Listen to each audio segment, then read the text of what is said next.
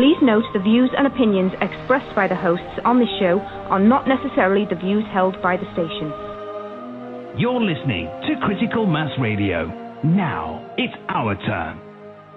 Oh, darn. Andy Jesus left the room. Just before the truth. Good thing. Well, I did put the warning out. All right. Yeah, welcome to Outside the Box Open Forum, Saturday night, also known as Katie's Bitch Rant of the Universe night. I kind of put that energy to it because, yeah, it's kind of where I like it to be sometimes. And, you know, for anyone that still has any remnant of an ego, I assure you, after tonight, you will either stand or you will run. Because I'm tired of the children. I really am. I'm going to do exactly what that really cool cat, Jesus, said. You know, one of my favorite quotes. A pretty cool teacher, along with a lot of other ones, Krishna, about it and the rest of the team, you know. I all tell them the same message, just mankind's been too fucking stupid to hear it. So let me try this. Let me try this for you. You call me Lord, yet you will not do the things that I tell you to do. So let me allegorize that into, I don't know, outside the box, open forum. You come to this table seeking truth, yet you will not do those things that I have done and ask you to do. Why you show up? I don't know. To me, that's an incredible waste of time on your part. You know, it's never a waste of time on my part because my purpose is quite simple. Get the job done. Sorry, I just want to get the hell out of here. This game at this level is so absolutely putrid. Like, really, come on, think about it. Look around. Look at the existence that most people live in. You know, they live for their day-to-day moments of being able to get to Wally Mart, right? Wall-E, the movie, wasn't called Wall-E for a reason, other than it was, you know, a coincidence that, you know where I'm going. Yeah, and I tell you all the time, I don't shop Wall-E Mart, okay? You see what happened to the main characters in that.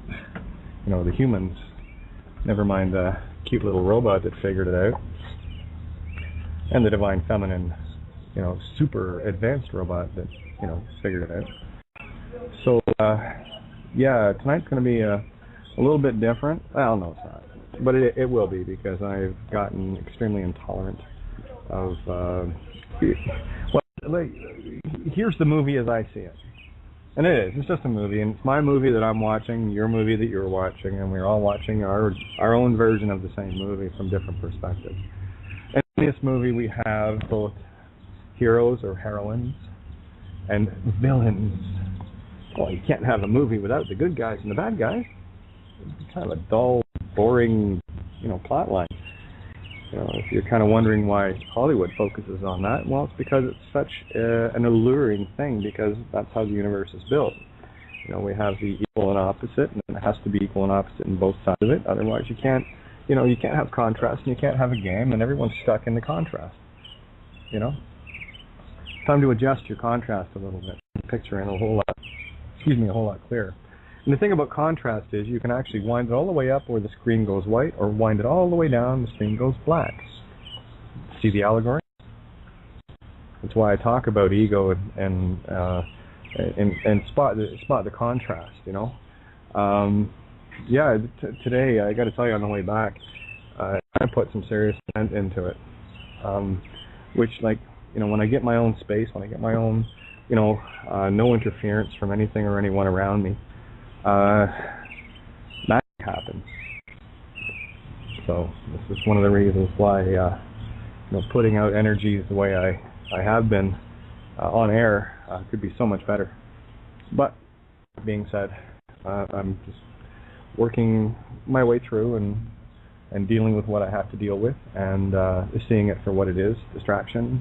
You know, people either being the hero or the villain, doesn't matter to me either way. It's just up to me to observe which role they're playing, and you know, whether or not I want them, you know, in my movie anymore. And I'll tell you, I'm tired of the villain, so I don't want them in my movie anymore. So I think that's a good choice. I think that's a very good choice. you know.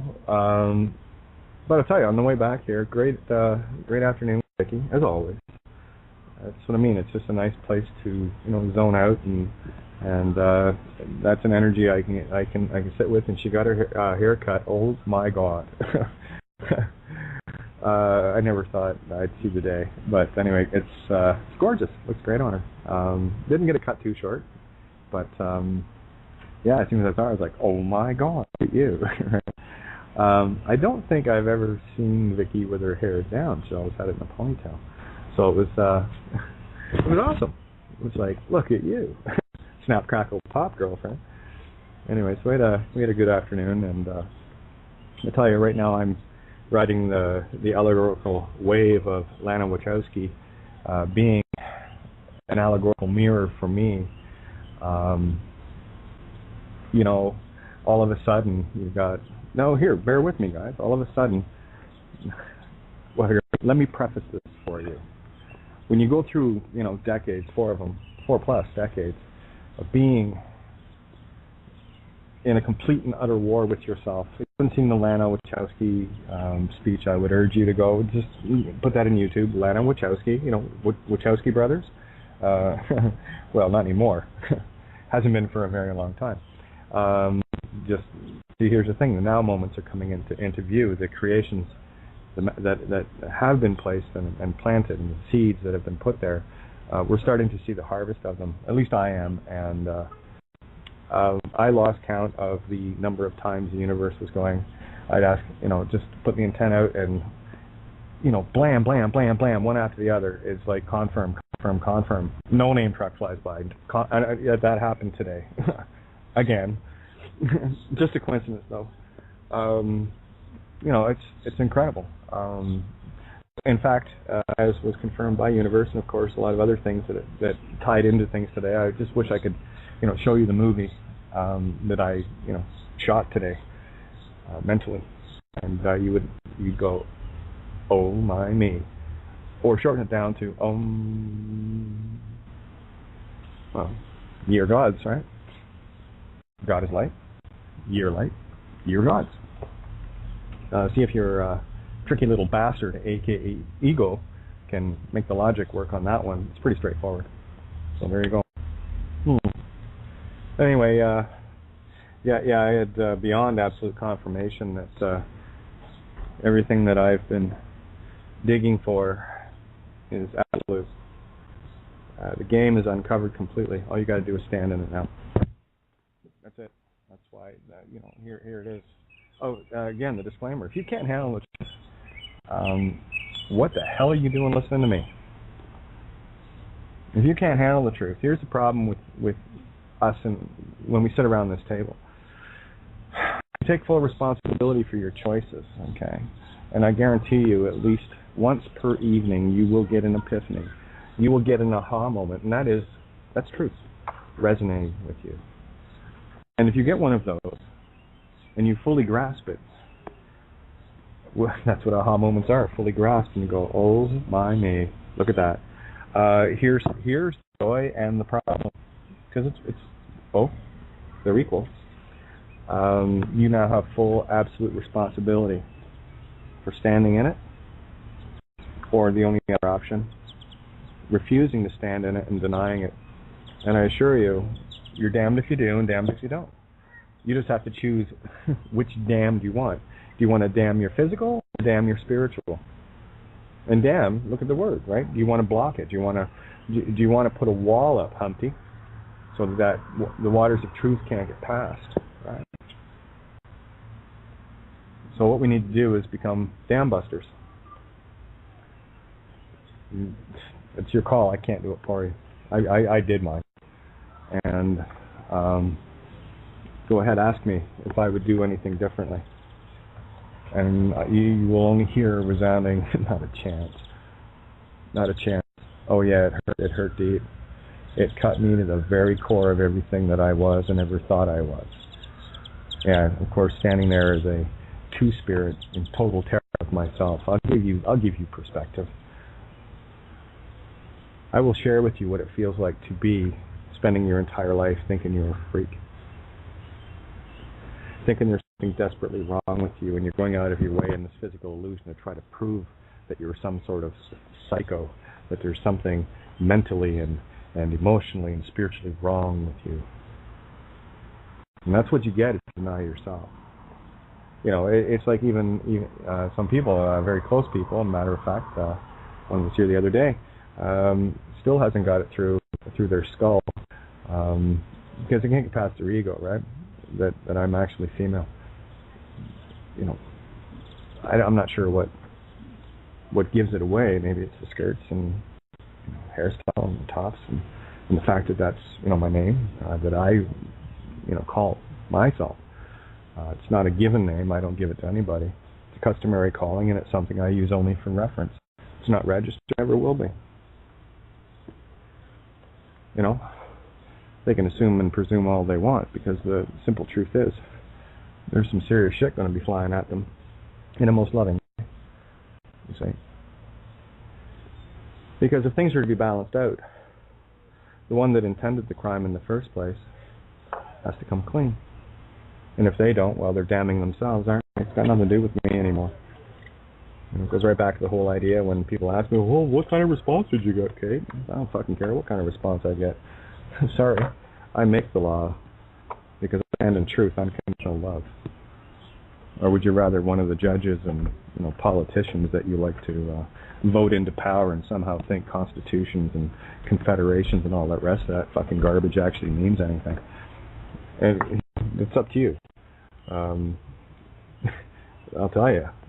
Here's a little ironic for you. If I was to run for office, and I don't know, Pope Francis was to run for office, who would you pick? Right. And that's an observational. That's all that is. Again, you continue to worship outside of yourself in terms of the system and looking for others to lead you. You are lost. No. Those that are standing with me are standing with me, shoulder to shoulder, completely equal, completely level, where none is master and none are slaves. And nothing else will be tolerated. You come to my table, you come as an equal. If you want to start building pedestals and whatever the case may be, I could go on. You wouldn't believe it just went through my mind there. But you want to come building pedestals, well, I assure you, I or someone at the table will take a chainsaw to you. I promise. I don't stand alone any longer. I haven't for a while, and it's a glorious thing. It's been a long road, but we got here. So take the win. Take the win. I'll tell you something. I'm going to hand you the compliment of compliments, my friends, and that's exactly what you are. You are the pride of the universe, and I mean that in a very neutral way. You came to this table, and whether you stay is your choice or not. I will do my damnedest to either build such a desire for truth in you that you cannot help but be at it, or I will build such a wall of distaste because your ego can't handle the truth and needs to run. Both works for me. Because I love you unconditionally. You choose your path, you choose your walk. I don't, that's yours. The only free will choice you have is which path are you going to take. But beyond that, there is no free will choice in the universe. This game is already written. And it's got the director's cut with alternate endings. And how you choose to end your game or continue playing it ad nauseum, ad infinitum is entirely up to you. Excuse me. You are at the junction of the train where there is a Y. One of them, if you maintain it and don't bother touching it, will loop you back into the same circle. And you will come back around, and if you still don't change the tracks, you will go around in the circle again. And this will go on and on and on until you've had enough, until you've been beaten down enough. And that's your call. If you want to play, I love you. You can knock yourself out. I'm done. That's all I'm saying. If you're done, well, I can. Well, I've already shown you. up to you whether you want to stand in it or not.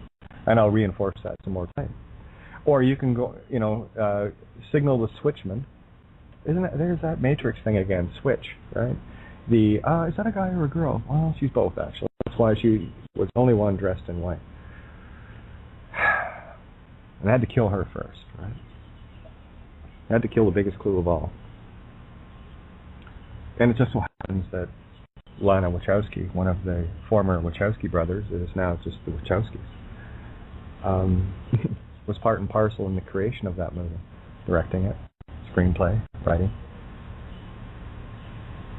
which I thought was, for me, one of the biggest triumphs I have yet witnessed in my own walk. It's a vindication of vindications. It was one of my, and I say this with complete humility, it's more out of relief. I told you so. And what I want to offer you as the gift of gifts and the gifts that you've given me is you need to know just how absolutely stunningly beautiful you are. I've seen you all along. And I have pained day after day, pretty much my whole life, looking at people, asking myself, why? Why do they do that? And of course, I get caught in the quagmire of it as well, where I end up asking myself, why? Why did I do that? These things that I would never do again. But I have the contrast. There's no guilt in contrast. There's learning or ignorance. And how you choose to stand in that is entirely up to yourself. You see, this is the problem with guilt. If one feels guilty, then one hasn't learned the lesson yet. This is one of the reasons why guilt is such a powerful tool and why the Catholic Church insists on it. That's why they make you go to confession, to confess all your sins, because you are a guilty motherfucker. That's why they do it, to reinforce the guilt program where there is none. There is only contrast. You see, and then they give you the outside illusion that somehow you need this funny-looking character that loves to fuck children sitting behind a window in a holier-than-thou raiment, sacrament, if you will, sacrament, who has the audacity and the absolute arrogance to fucking judge you, to say, give me 4 Hail Marys and 3 rosaries and you're good to go. By the way, don't forget to leave empty your purse or your wallet into the dish on the way out because I've got a new Jaguar on order. Is this what you worship? Is this the realm that you seek to be a part of? And the only one holding it in place is you and me. Oh, I kind of doing my best to take the chains to it. So, and I know a lot of you listening are doing the same as well. And there are a lot of you that I never hear from that are tuned in, because I know we typically have averaging between 12 and 20,000 people listening in every single night. So I know the word's getting out. And here's the other side of this beautiful coin. It's going to get out anyway because I am God. Jesus said so. So did Buddha. So did Krishna. So did Ahura Mazda, Zoroaster. All of the great teachers said so. The difference between me and most of the masses, and the difference between you and the awakened that are, and I hate using that to new age artsy fartsy whatever. You listened and you saw for yourself. See, you don't need to take my word for it, because here's the joy of being us, the U.S., the us. You see. As soon as a truth gets uncovered, whether it's you or I, it doesn't really matter either way. It's uncovered for all of us. And when we get these beautiful, postulates that we put out, absolute axioms, and they resonate, ding, ding, ding, 432 hertz, perfect A pitch, bang, there's your 528 hertz C, the note of love, and it resonates. And dear butterflies, dragonflies, and bees, those little wings that we like to flap, create tsunamis across the universe. We change the script. We change the movie.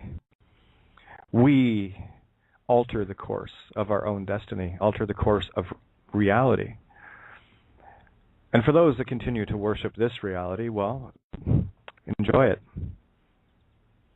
Eventually, you will get tired of it, whether it's this lifetime or the next. Look forward to your meat stick drops.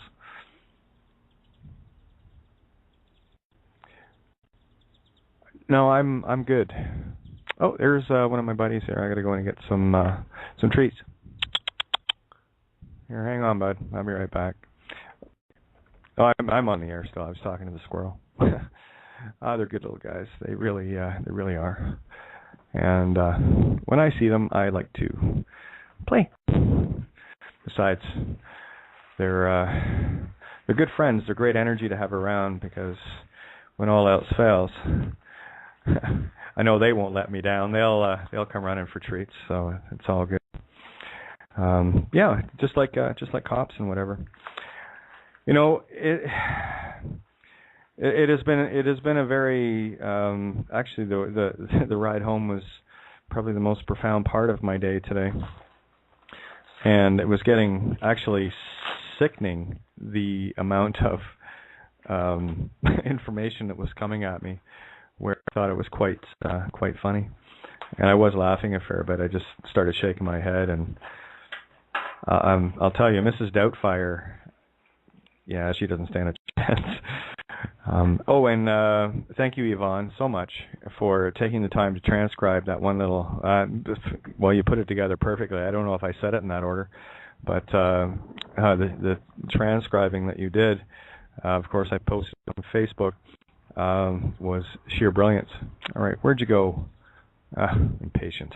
Anyway, well, I've got them ready for him anyway. Yeah, so thank you very much. It's on Facebook. By the way, if you want to get on my Facebook, well over 2,500 now. Woohoo! Just a whaling. You can get there at kate.rene.5. That's KATE.RENE.5. And what else? Oh, Skype, for those that wish to contact me on Skype, either through cyber surfing. I get a few of those. And, of course, I like to add them to the room. Because there have been a few that, just connected, and I wasn't sure, so I told them in the room, and, of course, they start asking the normal questions, and a few of them actually stuck around. Most of them left, but the few that, listen, when you show up at this table, you put up for a reason. The universe is trying to tell you something. The universe is saying, time to wake up. Oh, there's my buddy. Here you go. There you are. Good man. Oh, there we go. Perfect. Anyway, he's happy, big smiles. Yeah, so, and when people do hang out, I love that. Because something clicked with them. And, of course, people that want to connect with me, of course, the mail. Of course, what my first reaction is. Is it really me you want to contact? Yeah, I am a woman, but probably not one that might suit your needs at this point in your life. Not yet anyway. A few repairs to make. We'll sort that out eventually.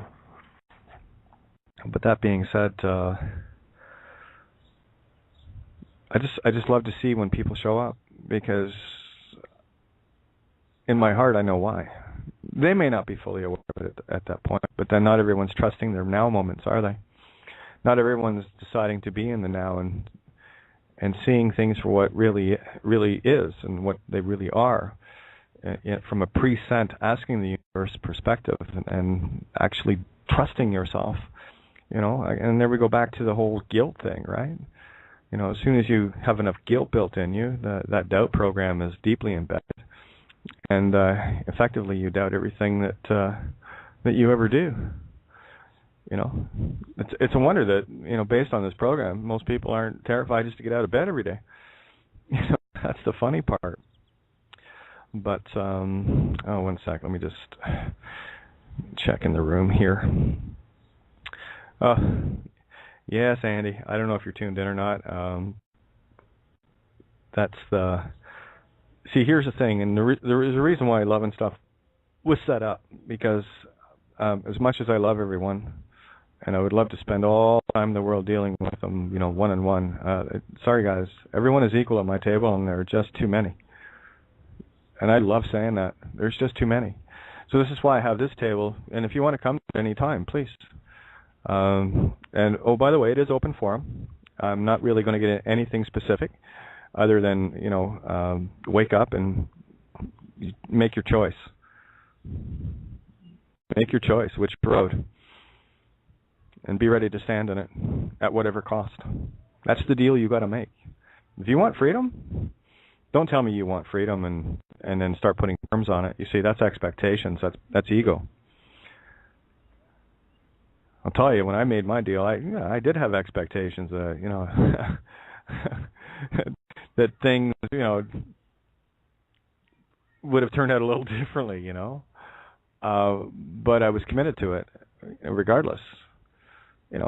I wouldn't say I had expectations. Probably more accurate to say I had hopes. And of course, hope, as Sue so eloquently put, hope is for the ill-prepared. So hope all along if you want. I choose otherwise. I simply do now. And that's all there is to it. Well, there are the birds. Yep. Oh, wow. It's amazing to see a bird that size pick up I've actually got they're plain like cookies, and they're just grabbing them in big chunks, and like a little tiny sparrow grabs them half its size, and it goes, whoa, strong. Well, there's the thing, right? Oh, sorry, just read Nav's comment. So listen, let me open it up, guys, because let's put this thing on fire tonight. Now, if you don't know how to open up your dial pad in, Skype, all you got to do is put your mouse up over where you're listening through Skype. The bar that opens up, you'll see a plus sign. Just click on that, and then there's another menu comes up, and you just have to write or click on Open Dial Pad or Show Dial Pad, and then you hit 1. And that'll show you on the board. If you're a landline calling in or cell phone or whatever, all you need to do is hit 1 on your keypad, and it will let me know that you would love to join in at this table. And I really wish you would. One of the things that I was saying last night, excuse me, is it actually becomes where you are literally interviewing me. One other thing that I do want to stress, because this happens a lot, it generally happens with people that I've had one-on-one conversations with on Skype and whatever, and yes, this is a phone call.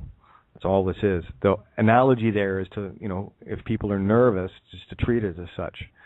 But it is also a radio show.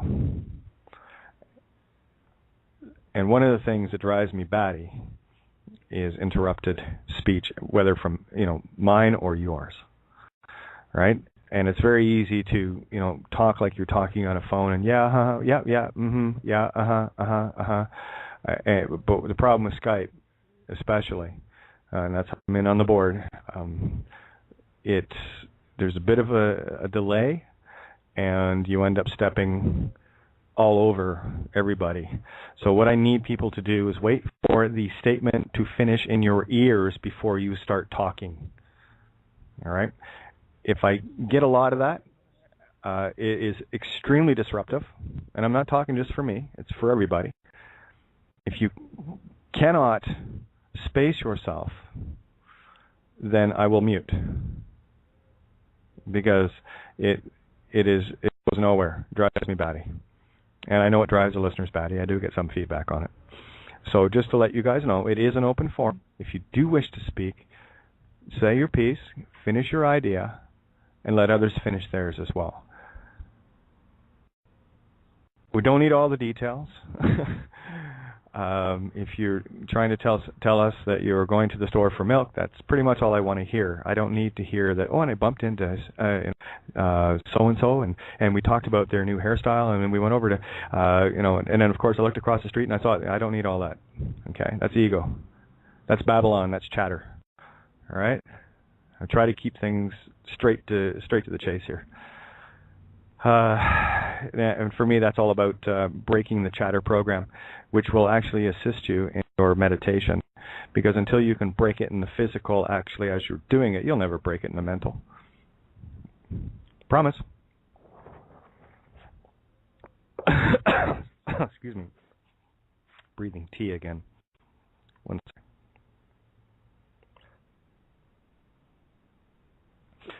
Yeah, hopefully that's better. I do that all the time. Breathe tea or breathe spit, one of the two. Yeah, it's just I don't know. Maybe it's a Dominion thing. I have no idea. So I will put that one out to others. And in the meantime, everyone is going, I am not putting my hand up. Not a chance. Oh, come on, chicken shit. Bring it on. Oh, and if you actually can't find the button, just tag me in the room, and if I don't see it, I'm sure Ninja or Navjohn or somebody else will let me know. There we go, Ninja. See, Ninja knows how to do it. She's got her shit going. Ninja, how are you? I'm good, thanks, Kate. How are you? You sound like you're good. Well, all things considered, and Well, yeah. Yeah, I know it's been a very profound day. It's just a coincidence that when I ask, a certain question, and of course, you know what I'm like with my radio. What album do I have in? The only one I listen to? Six. Greatest hits, yeah. So I thought, oh, okay. And of course, I don't have every track memorized where every line comes up, and I don't. I just go with the flow. So of course, as soon as I had a couple of confirmations outside of myself, you wouldn't believe the stuff I saw today. 2 fairy, 2 angels. Oh my God, license plates and trucks and logos and oh, it was on and on. I turned the stereo up. Because I asked a question. I know the question. I don't need to share it. But I don't know. Is this a confirmation? If you turn the stereo up and the first line comes out of it, you're fooling yourself. You don't believe it. That sound maybe like a confirmation to you? I think it does. I howled. I absolutely howled. Yeah. So how's your day been? It's been very, very interesting, actually. It's been a combination of emotional... roller coaster? No. Well, no, because that sounds a bit like you're out of control and... Oh, no. That's... Okay, a gentle awareness of... Yeah, contrasting emotions. Yeah.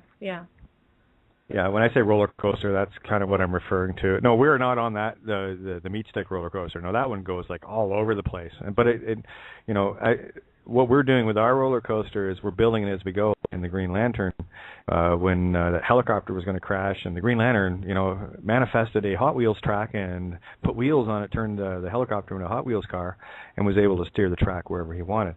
That's the allegory. This is what I'm talking about with track.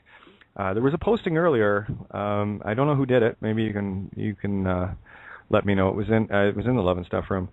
Something about a plane crash in San Francisco and a train crash somewhere. Yeah, I saw that. I didn't click the links yet, but I saw that. That was fun. Yeah. So the first thing I thought of, well, I guess I have to watch planes, trains, and automobiles. Did anybody see anything about automobiles today? I just thought it was rather interesting. That's how I look at the world, by the way. I look for what's the universe telling me to do, so I follow it. Yeah. Oh, and guess which cards I flipped today? Go on, tell me.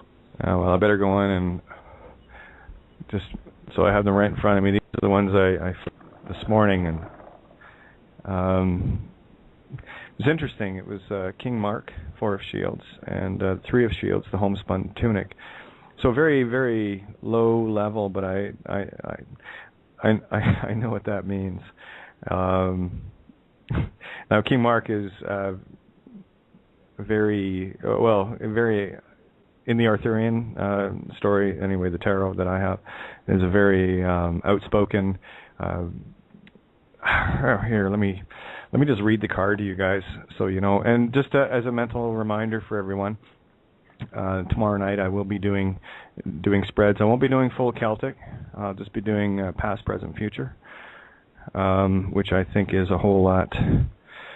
I can get a lot more people in, and without actually having, you know, let's just say it's going to be a lot quicker, and it's going to give you the same answers anyway. So anyway, here we go. This is the King of Shields. Oh no, actually, Four of Shields. Oh, it's because it was King Mark. That's why I went there. Four of Shields. All right, Four of Shields. The meaning of the card is this: financial stability, expansion, building and development, opening one's doors to business, commercial endeavor, spending money on luxury items. Now, keep in mind the allegories here, guys. Don't take this literal. Basing one's identity on material possessions, ego, right? So these are clues to me. Hunger for power and influence. That's exactly the mirror that we need to look at. An ostentatious show of wealth. Ostentatious means if someone. It's funny that word comes up. That was an interesting word that stuck with me since my days of schooling in Ireland.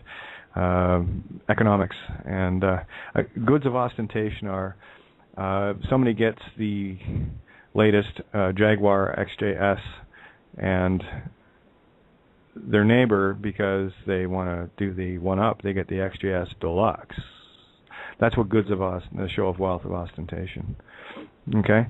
So, and trying to buy the respect of others, acquiring possessions, a love of money, seeking prestige. Now King Mark is very extravagant. Now, if you can look at what I just said to you with removing the ego, this tells me a whole different story.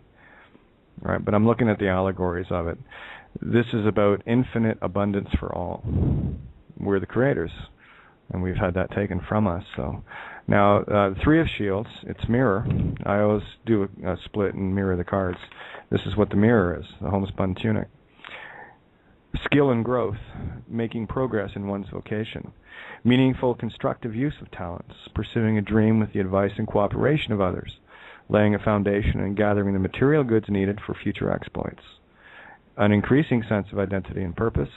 The card indicates the success of ventures being planned at this time. So when these two cards come together, they're actually the mirrors of each other. One is the physical and one is the spiritual. So when I saw that, I thought, oh yeah, okay. Well, I knew the cards when they come up, so it's these are my friends. But the interesting ones that I pulled this morning, in the Mayan cards. Thank you so much, Miranda. Oh my, these cards are just like, get out of the way. Here's the now. And what I probably will do is do a 3-card split with the Arthurian, which is past, present, future, and then I'll do a split of the Mayan. So that's the mirrors. And by the way, my Mayan sign is white solar mirror. And that for me makes total sense in why so many people that have come into my life have such a hard time being around me, because I am a blinding mirror. Whether that's good or bad in terms of how people see me is irrelevant, because the joy of it is, here I am in the mirror. If there's a piece of dog shit on the floor, I'm going to mirror the piece of dog shit. If there's a rose growing, I'm going to mirror that as well. You see, so it's neutral. I am just going to reflect. You want to throw dog shit on the mirror, well, expect that reflection. If you want to, throw rose petals at it, then expect that reflection. You see, my saying has been for a very long time, most of my life, as long as I can remember, is I will be your best friend or your worst fucking nightmare. You choose. I don't. I can't. That would be judgment, right? So anyway, the polarity was the first card, and it's mirror. Yeah, this one, I gotta tell you, it just blows my mind. It's just a coincidence. Isn't that right, Ninj? It's just coincidences, right? Wow. Yeah. Uh-huh. Take no notice. Just pretend it means nothing, and walk away. All right. Well, let's see. People that have listened in on the shows for any length of time will be able to resonate whether this fits with me. Okay. So this is where you get to be the neutral observer of me as I present myself. And I do want to get back into some really profound teachings that people need to get, that the church has been so wonderful at screwing over. So here it is, polarity. And of course, my Mayan sign as well. The symbol for me is a solar mirror. My sign is duality 2, Kawak, which is storm. I think I live up to that one. Yeah, the duality storm. All right. So here's what 2 says, polarity. This is what I drew this morning before I went out the door.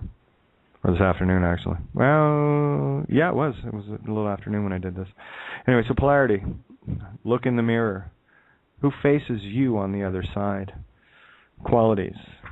The loom of reality, sacred twins, cooperation, relationship, polarity of male and female, duality, attachment and resistance. 2 is the ray of polarity, the sacred twins, smoky mirror and the clear reflection, all things in relationship. Polarity is the loom on which reality is strung, the magnetic dance of universal forces. Within the mirror of polarity, you will find the many faces of illusion, as well as ultimate freedom from illusion. Polarity reveals the conflicts, struggles, and the apparent separation created by your belief in duality. Be willing to examine your attractions, aversions, attachments, and resistances. These are appearances with the same root. When you resist by pulling away your awareness, the emotion produced is fearful, and the contraction is experienced as a pull, like magnetism. When you are attached, you are obviously focusing your awareness on a certain object, and the attraction is experienced like the pull of gravity. Either way, you are energetically contracted and pulled out of your own center, which creates barriers to perceiving what is. Discover the loom of reality that is intricately woven in relationship. Utilize the teachings that are held in the number 2. Polarized positions actually work in cooperative alliance. In cooperation, all polarities serve as backgrounds for full appreciation of one another and the whole. Examine the polarity of male and female within yourself. Explore your divine feminine and masculine aspects. Look for the gifts within your relationships. Investigate the polarities within them and explore the natural lines of force and growth they create. Remember, polarity is the pulse of universal source. Yeah, that might fit. Let me try the other one, see if this one works too. My sarcasm sucks. I was just going to say, I can't imagine what that's got to do with you. See, that's better sarcasm. Thank you. Sacred right. twins, Gemini, male-female polarity, 2 spirit, hello. Yeah, it might fit in, yeah. I was actually the first card I pulled out of this deck along with Realm Shift. Oh. You remember? Yep. Yeah. Okay, and these cards only get shuffled 3 times per split. So, and that's the only way they will ever be shuffled. Trinity. I will only deal in the Trinity, so they're pure. I keep my cards pure. So I just got to find this card. Oh, did I go too far? Excuse me. I think it was right after the numbers. Or right before. I think it's right before, actually. Ah, yes, it was right before. Here we go.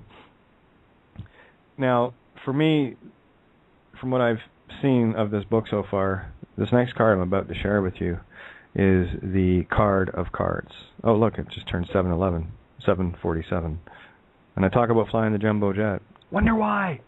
7:11. Yeah, they're not playing the game at all, are they? Really? When you stop and think about it. So guess which card I pulled today? I pulled the creme de la creme.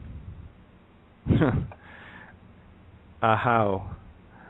And it was just a coincidence that as I was traveling along, looking in my rearview mirror,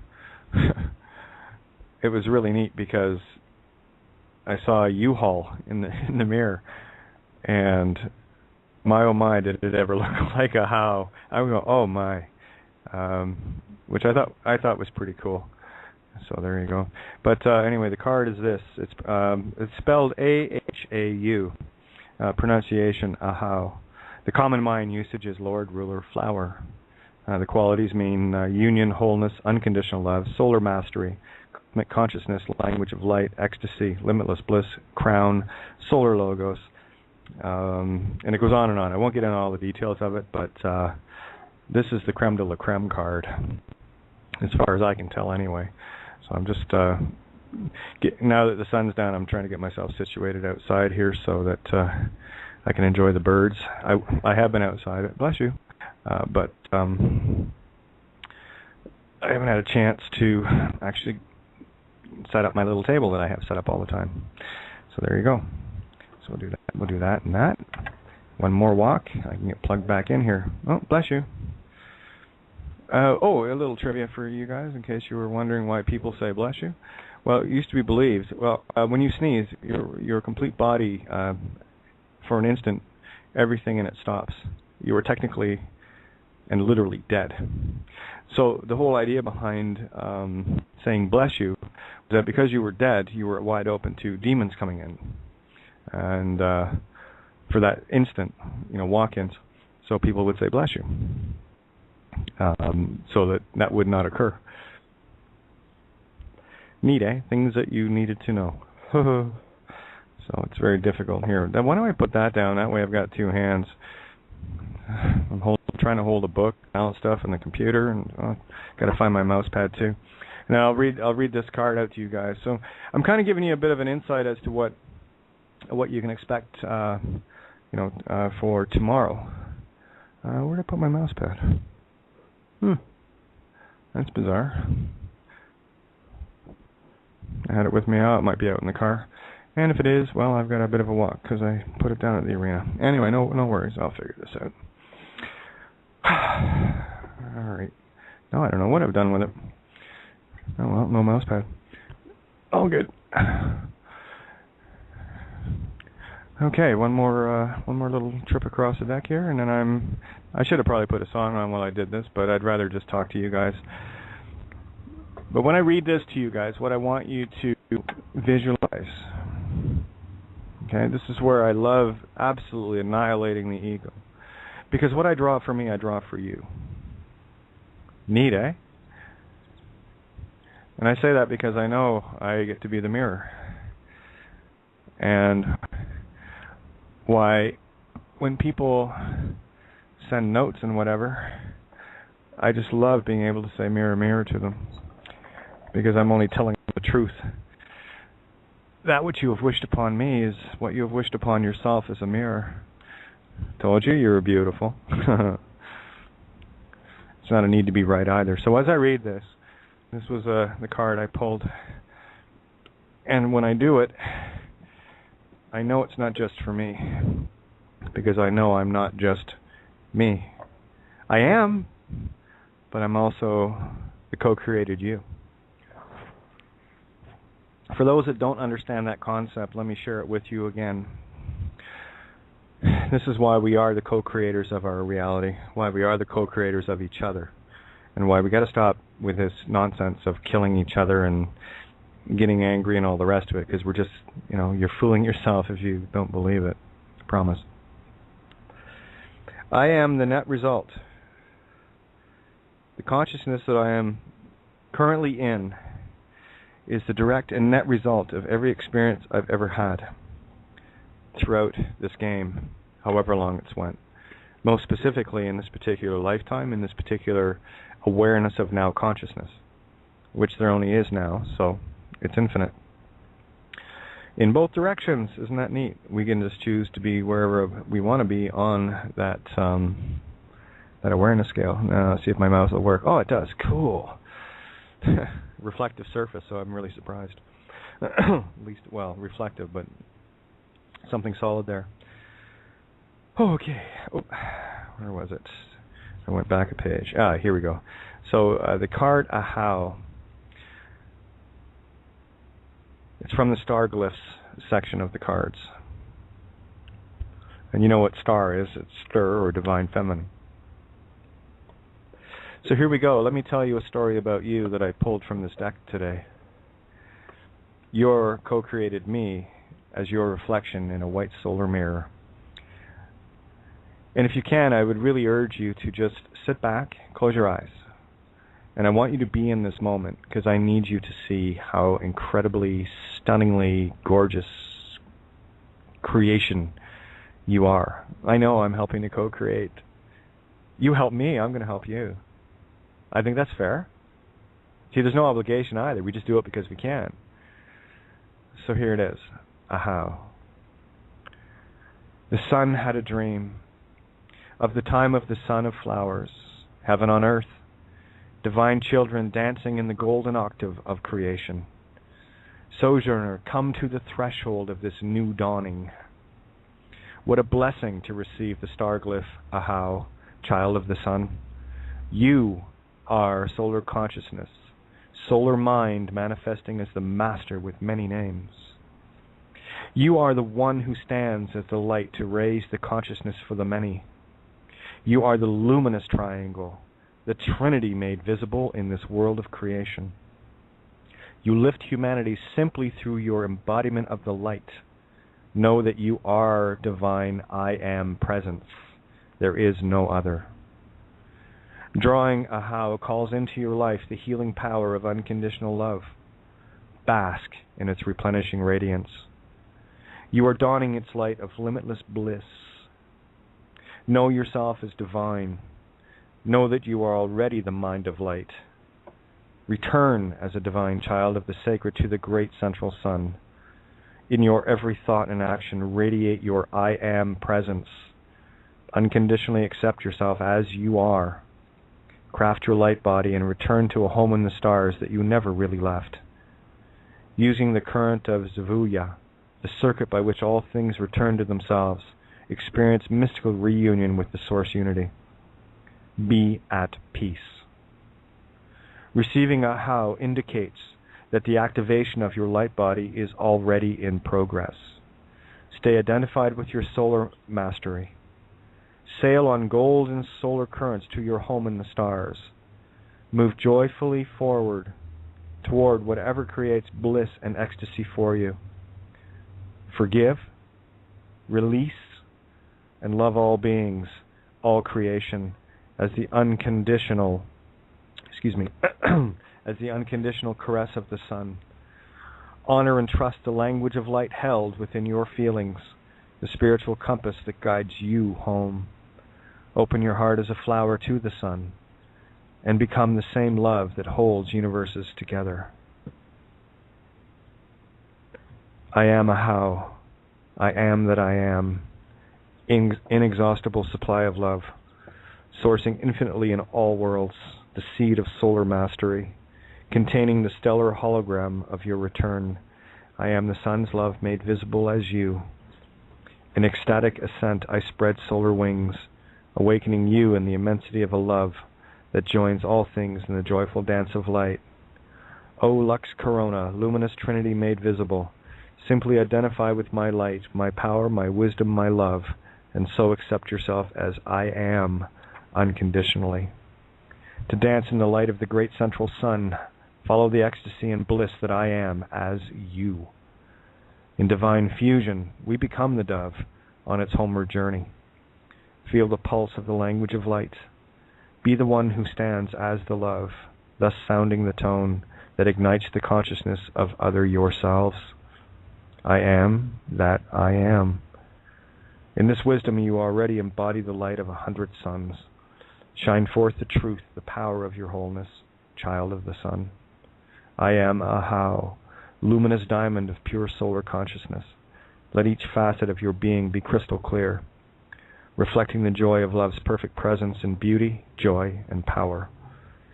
I am the effulgent bliss of solar harmony, sweet serenade of the cosmic symphony to its source. I am the taste of love's ambrosial nectar, pouring forth through all of creation, as billions of stars forming the radiant body of the cosmic dancer, spinning universes through time and space. I am the revelation of truth, soaring at light speed within the elegant resonance of stillness. I am the garden of the heart's true delight, revealed within the splendor of solar consciousness. I am Ahau, the golden, ecstatic one. I am yourself. There is no other. So there you go. I'm going to toss on a tune and let you guys just absorb the moments. I need you to spend a little minute with yourselves, knowing and seeing how beautiful I've always seen you. I'll bring Mim in. She just opened the line, and then I'll play a song. But I just want you guys to sit back for a sec, and I'm going to play my signet ring. And by the way, it was pointed out to me, I believe it was Magnolia, I think it was, had pointed out that the Judge Bows to Sovereign video, I've said it many times, is 2 minutes and 34 seconds long. Put that in the mirror and you have perfect love pitch, 432. We'll be right back.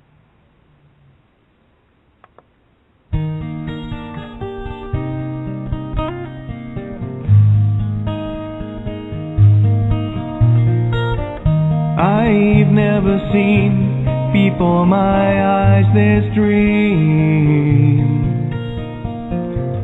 I've never known what makes this child to see. Like tears from a mountain pouring gently to the sea, a curiosity. Will you dare to touch my soul?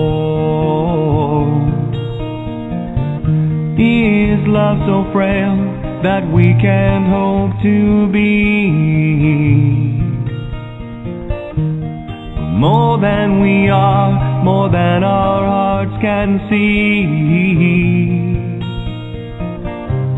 And if for any reason on this field of broken dreams we stand to lose it all, then for you, yes, I do it willingly.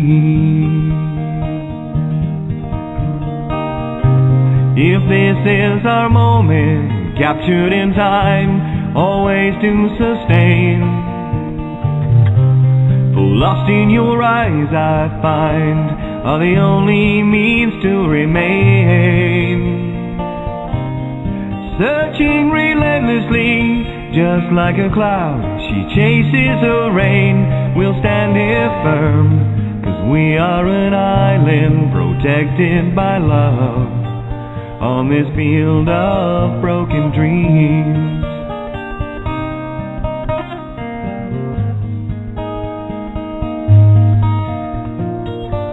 It's never clear, this path of destiny.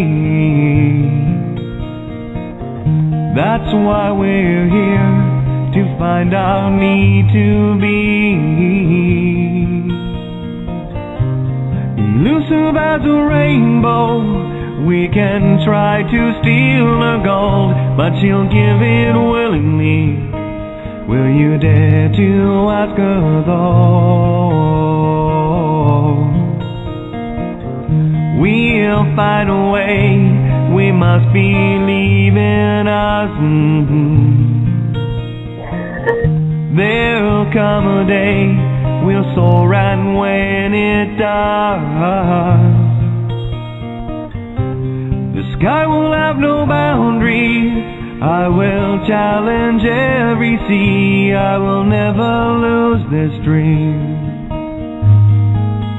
'Cause for you, yes, I do it willingly. If this is our moment, captured in time, always to sustain, Oh, lost in your eyes I find are the only means to remain. Searching relentlessly, just like a cloud, she chases the rain. We'll stand here firm, 'cause we are an island protected by love on this field of broken dreams. On this field of broken dreams.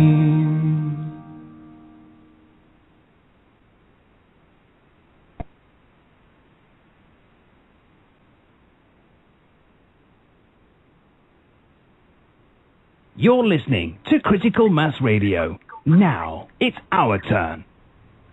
Well, you gotta love those buttons when they don't click when you want them to. Oh, if you could only see you as I see you. That's all I'm trying to show. Mim, how are you? And we have Joe as well. What's on your mind, Mim? Oh my goodness. That song is just so perfect, and every time I hear it, new meanings every time. I'm just thinking, how I loved you describing that, and what you wrote. I've got to have a copy of that, and I hope you share it again. I want to say a how to everybody who might be listening. My goodness, what a frequency and what a message, you've shared already this evening. It's just beautiful, and I love the way that you are loving people. And I know that people are being filled in places that are needing to receive love in such a beautiful way. It's awesome. Can I tell you my secret? Can I tell you my secret? I know your secret. My secret's really simple. There was this really cool cat written in a book, allegorically. And I go back to him because, fictional or real is irrelevant. It's the message, right? Never mind the messenger, the message. Yes. I listen to the Je suis Christos, the I am Christ. And what this beautiful teacher showed was this, and I'm just listening, and I'm thinking, that's pretty. that resonates with me. I can do that. I can do that, and I will do that. I choose that. And what he said was, "Do not worship me, be me." And I'm thinking, that's a pretty tall order, but you know what, JC, you're a pretty cool cat. You're the 13th warrior, buddy, and there's no point in chasing the second best. So if you're going to go run for the roses, well, I'm liking your bouquet, and I'm loving the scent that you're leaving behind, because I can follow that trail clear as day.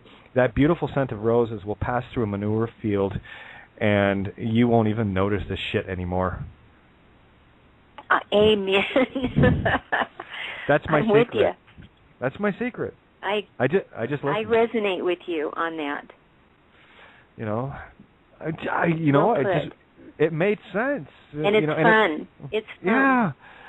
And I think my particular brand of, well, we can call it radio if you want. Whatever you want to call what it is that I do, I have no idea. But I am very deliberately, and I always will be deliberately commoner. Regardless of station in life, this is my choice. I choose to take my guitar into and with and for and of and by the audience. Because without them, that song would never have come. I would never have the co-created purpose to do it, you see. So that's why this whole notion of copyright illusion or patent illusion or anything that you think you can claim as your own is a sheer fallacy. Look at the word phallus. That's dick love. Phallus, C, right? C, the note of love, or that's why they have the, law of the sea, law of love. Is it unconditional, or are you putting terms on it? Can you dare to love me?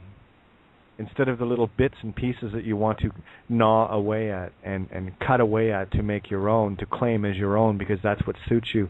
Or can you stand to take all of me? You know, you can steal my gold all day long, but I promise you this, I will give it to you anyway. I know that this is true. You know, that's the irony of it.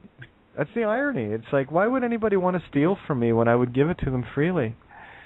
That is such a degraded way of... That's ego. That's all ego is. Ego needs to coattail. Ego needs to, you know, seek credit, to seek this, to seek that, to seek empowerment through the works and the embodiment of trying to be something outside of themselves, to be another instead of being the other in themselves.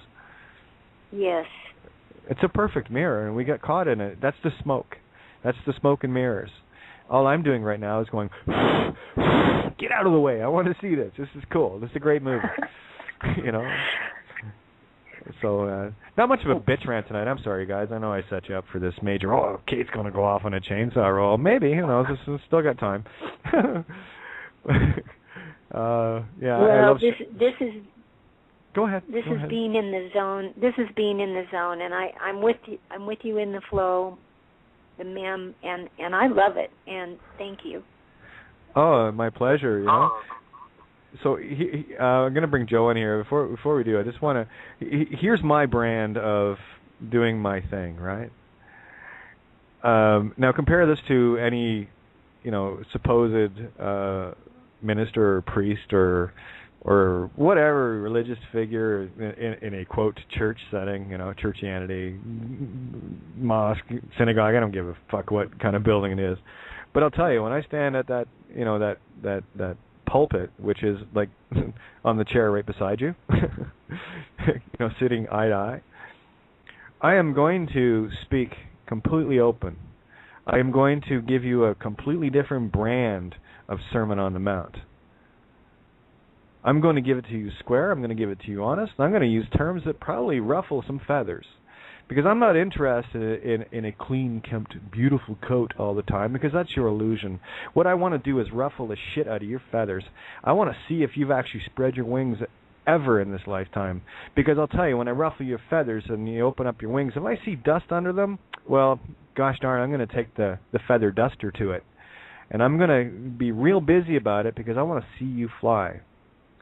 You know, a great analogy I saw the other day. I'm going to get right to you, Joe, here, but I want to share this analogy because my moments of now consist of everything I fucking do. I don't care if it's walking to the kitchen, and I don't care if it's driving across the province. I am in my moment, right? So here's one of the moments of my now that I saw yesterday. I didn't like where the message was actually going, because it was a guy talking about, you know, God from the completely wrong perspective, but I loved the analogy. And I wish this guy actually knew what he was saying. It was stunning. He was talking about the eagle and how it teaches the eaglet to fly.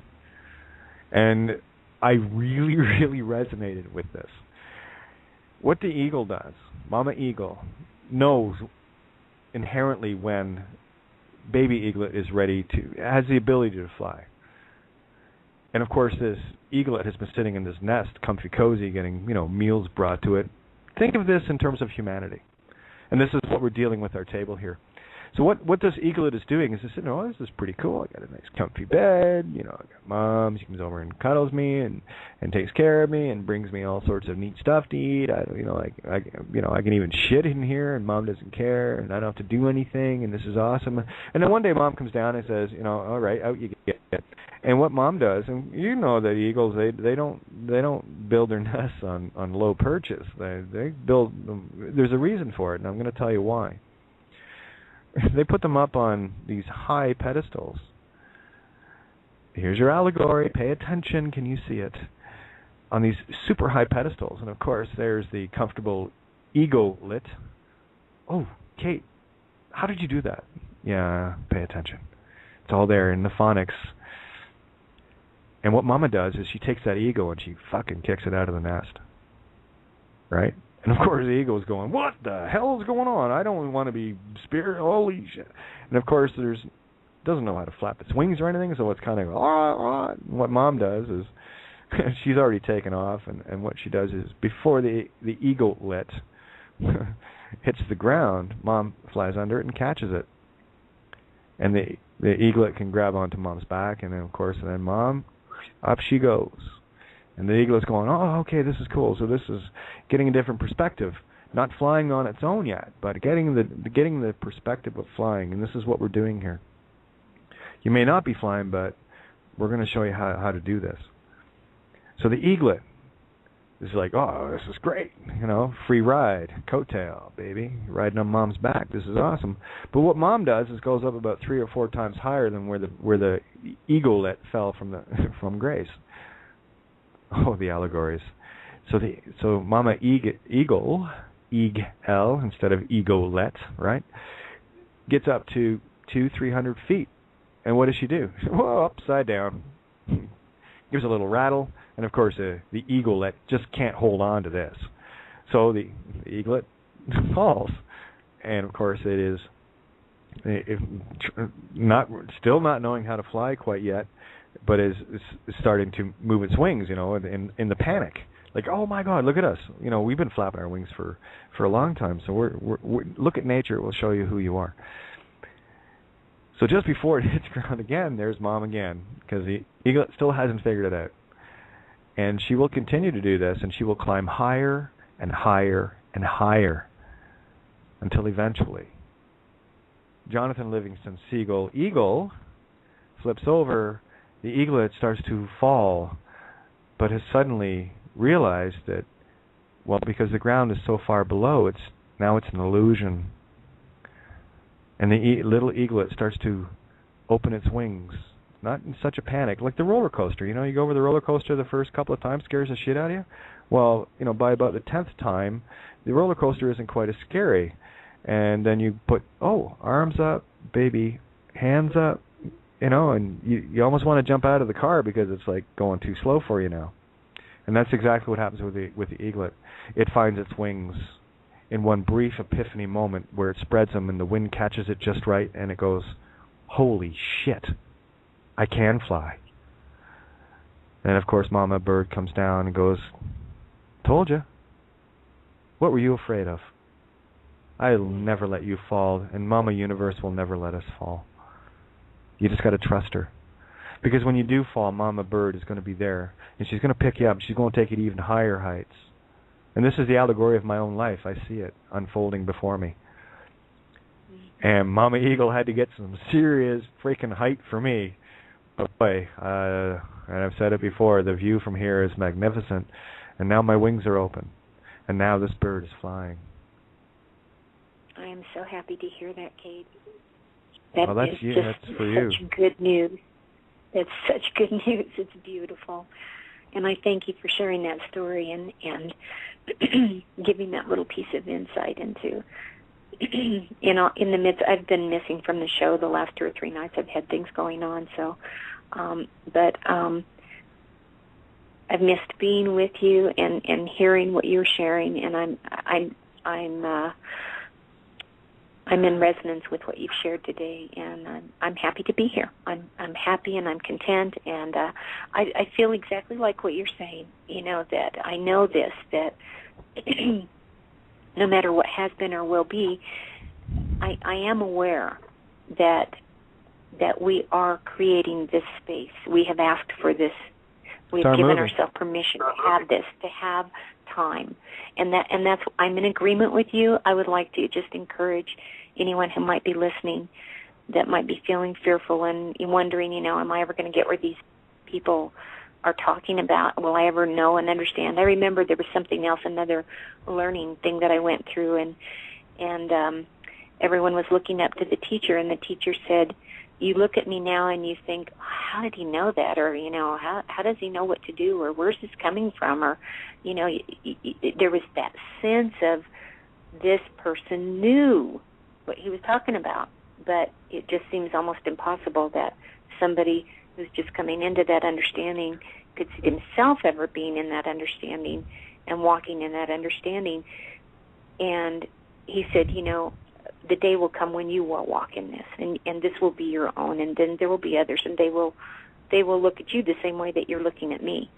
And I know that it is an epiphany when you come into that realization that you want this time, and you can give yourself this space of time and just know and believe that there is enough time, and you will do the things that you were hoping to have a chance to experience and learn about. And it's all is well. Yeah, we only have infinity. So here's your choice. I just chose to be Mother Bird. I stopped being the eaglet. And I promise everyone, I will never let you fall. Just be willing to fly. Be willing to get nudged out of the nest. Dare to fall just far enough for universe to grab a hold of you. And that's our choice. Are we the eaglet or the eaglet? Or are we Mother Eagle who knows? That's your choice. There's two paths you can take, and in the long run, there's still time to change the one you're on. This is a never-ending story. Your life is nothing but an allegory. That's part of the chorus of the new tune I'm working on. So pay attention to the signs, the signets, the divine feminine, you. I'm just a clue. I'm just a messenger. I'm not telling you anything that you don't already know. And you know what I just said, and you know that I'm absolutely right on it. I'm not telling you anything that you don't know. And Joe, what's going on down under? We got the top covered. How's the bottom doing? Bottom's beautiful down here. Awesome. I had an experience yesterday. Hey, yeah. Hey, everyone. Great to be on the call. I'm sitting on a bay. We went out in the canoe, my husband and I, and it's still, completely still yesterday. Took the puppy dog for a first run out there. Look at the eagles, fish jumping. We even had dolphins in the bay jumping. And at that moment of just complete presence on the water, that I cry for remembering the oneness with everything. And it's a joyful cry, plus the polarity of remembering because I forgot that divinity. Yeah, I know exactly where you were today. It's beautiful, isn't it? I've been there all day. Purity. Oh, and go ahead. Go on, sorry. I was going to say, this will be very helpful because I just figured it out. There's about you're in Australia. Mim is in, well, I'll speak geographically so you know where people are. Mim is in the U.S., I'm here in Canada, and Ninja's in the Netherlands, the nether regions. And this just kind of went, this makes total sense. There's about a 2-second delay for people from down under. Because of, the internet's fast, right? But it's still got to cross a planet. So this is one of the things that you'll find. So for those closest to me, it will be almost instantaneous, within a second. Those down under, it's a 2 to 3. I would say 2-second delay. It's pretty fast, actually, when you think about how far it has to go in a conversation. Okay, it's almost instantaneous. And, of course, Europe will be about a second delay. So when we're on the phone, this will help everybody, I think.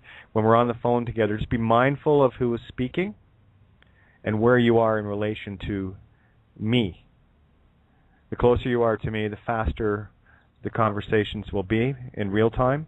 The further away, there will be a little bit of delay. So be mindful where you are in the world in relation to me and where you are in relation to whoever else is talking, and just allow that breathing room.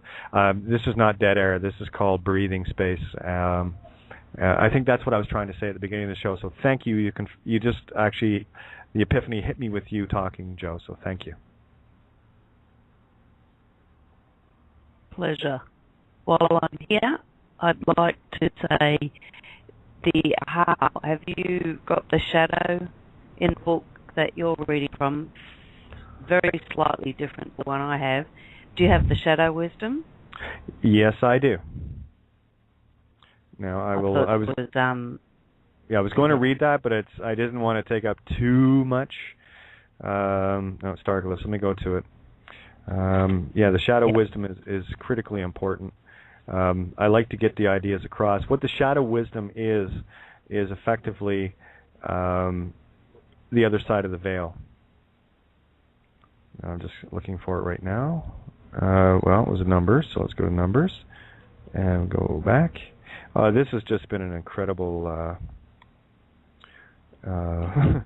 like since these showed up, and I got to tell you, it had to be Miranda. When I stop and think about it, I said, who else would send me these? Now Miranda and we go back about a little over a year now, and I remember the first conversation we had, and we had tagged back and forth on Skype a couple of times, and the first conversation, I think I talked to her for 3, maybe 4 hours, and it was just like, I haven't talked to you in, a lifetime, and it was effectively just like catching up with an old friend, much the same way I felt with most of you guys. When Tobias Lars, it did not feel like an interview because it wasn't. It was like, Tobias, how you been? I haven't seen you this lifetime. I haven't had a chance to catch up. So, and when you think of lifetimes as a twinkling of an eye, and realize the people that have been in your life and are have moved on, changed into a different role to learn further, you'll understand what the twinkling of an eye is. And yesterday, or not yesterday, before, when I went out with Richard, dragged my sorry ass out to go to the mall and grab something to eat and just get me out and about. There's that Canadian word, about.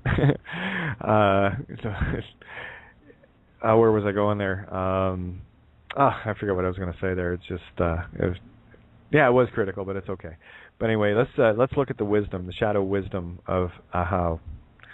In the shadow of Ahau are found any ideals or identifications that limit the divine self, the divine and yourself. Such concepts, or boxes, just a coincidence, are constructed from beliefs and principles that create separation. So look at your concepts of divinity and how they create your world and your vision of yourself. If you do not see yourself as an integral part of the divine, you are functioning in the shadow of Ahau. Ahau encourages you to explore, experience, and fully express the nature of unconditional love. In the shadow of Ahau can be seen the expression of conditional love. That is, loving with expectations, conditions, and judgments. Unconditional love can be seen as acceptance and allowance.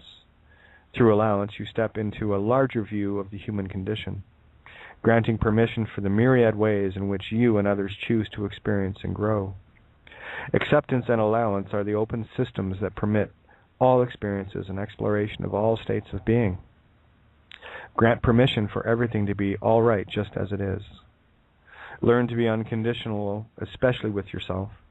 It is the basic training for a divine child of the one heart. The limitless solar tide is coming in. Flow on its currents of ecstasy to unconditional joy and union. And just to make that into a more allegorical sense, I said in the very beginning, you are the star of your movie. If you were even aware you were directing it. And what I'm unfolding for myself, and as I speak about it on the air, I'm sharing with you my experience in real time as it correlates to me, and hopefully as it resonates to the rest of me, i.e. you, that you see yourself as I see you. Stunning, glorious perfection. And we go back to the movie, if we take it from the allegory of this, you are the star of your movie, and around you are all the different characters that you manifest in order to make your movie work. What is it you're trying to learn? And of course, you're going to put things in your way. You're going to put experiences that, like the eaglet, aren't quite so comfortable to see how you maneuver your way through it. And although it felt many times in my life that I did hit the ground, I never really did. I came awful close. It's like that moment in sleep when you find yourself falling in your sleep and you wake up before you hit the ground. Well, that's exactly the same experience in the consciousness of being, in the now, as you are conscious of yourself. So those that are gathered around you are the heroes, the heroines. As I told Vicky today, you're one of my heroines, and I'm gonna mainline you if that's okay, right? Heroine, get it? Bad joke, but anyway. And you have the villains, and of course the villains play as critical a role as the heroes, because without the heroes and the villains, we do not have the contrast to see the difference, to spot the duality as the singularity, to spot the head of the dragon and the tail of the dragon equally and put it together and have a coin. And that for me is the Trinity. That is the himself, herself, itself.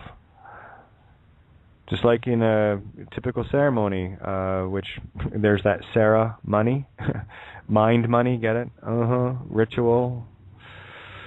Oh, it's crazy how it all goes together. But let's talk about, when you have the allegory of the union of magnetic feminine divine essence and electric divine masculine essence, as allegorized in a church setting, for example, or on the beach, whatever the case may be. When you have the mothers of both the divine feminine and the divine masculine, each carrying a candle, and they go to the center and they light the third candle, which creates the Trinity, the union. When the two are joined, they become the neutral third. They create the third. Allegorically, you need to do that within yourself. You need to bring your masculine intent, that drive, that, the purpose. You have to bring that into balance with creation herself. The other aspect of you, the magnetic, the absolute void of creation.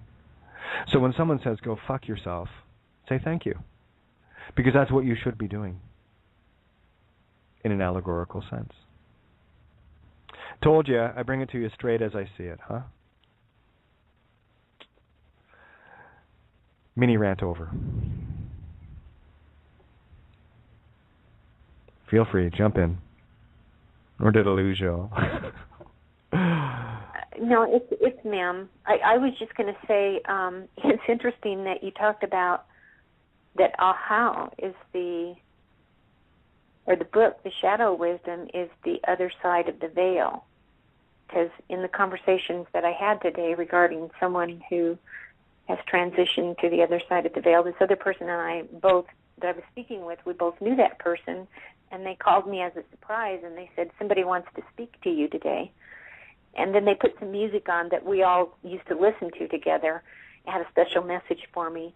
And so it was just a couple of hours of really just truthing and sharing and clearing and beautiful stuff and celebration. And so what you shared from the book and from How have just been really meaningful to me. And I just want to thank you and let you know again that why it resonates so much with me, especially today. Thank you, Kate. Oh, thank you. And I'll mute out. Yeah, thank you. I mean, we do this together, right?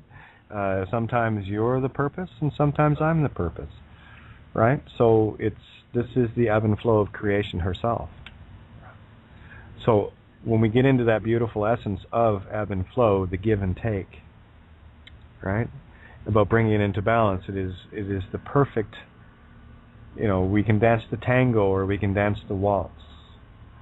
It's entirely up to us how we want to interact and interplay with these energies of the magnetic electric. And we needed an external... Oh, go ahead. Go ahead.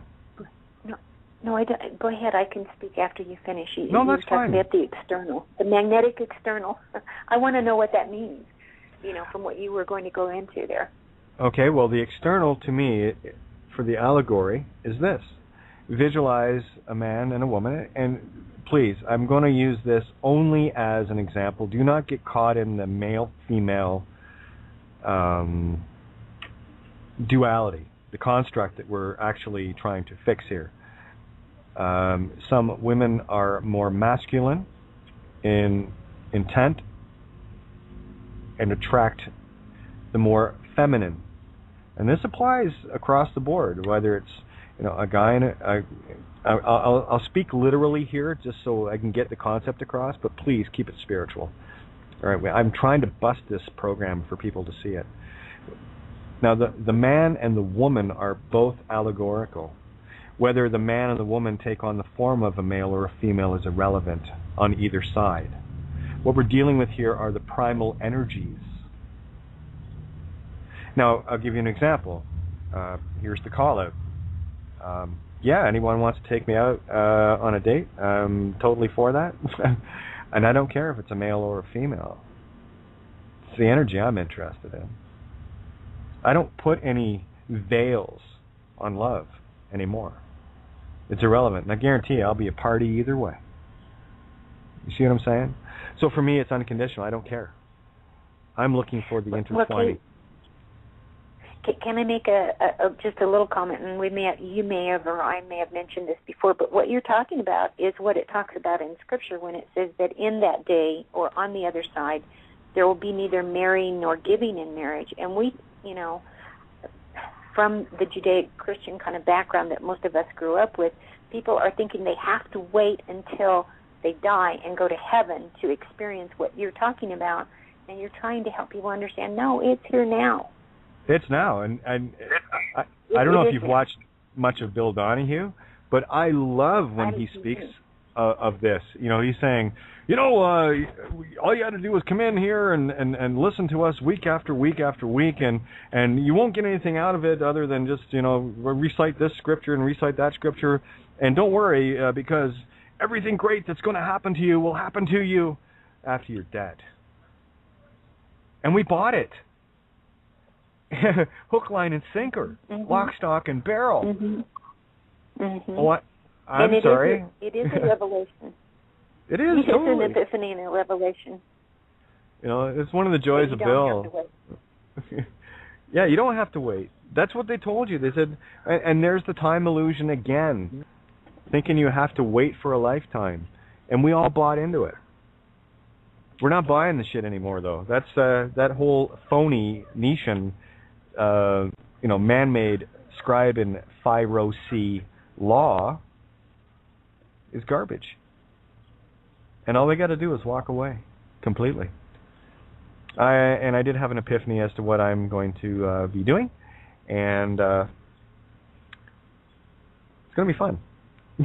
I assure you. Hey, listen, when I play, I don't play softball. I think you guys know that by now. You want to hear a really good joke? Here's a really good joke.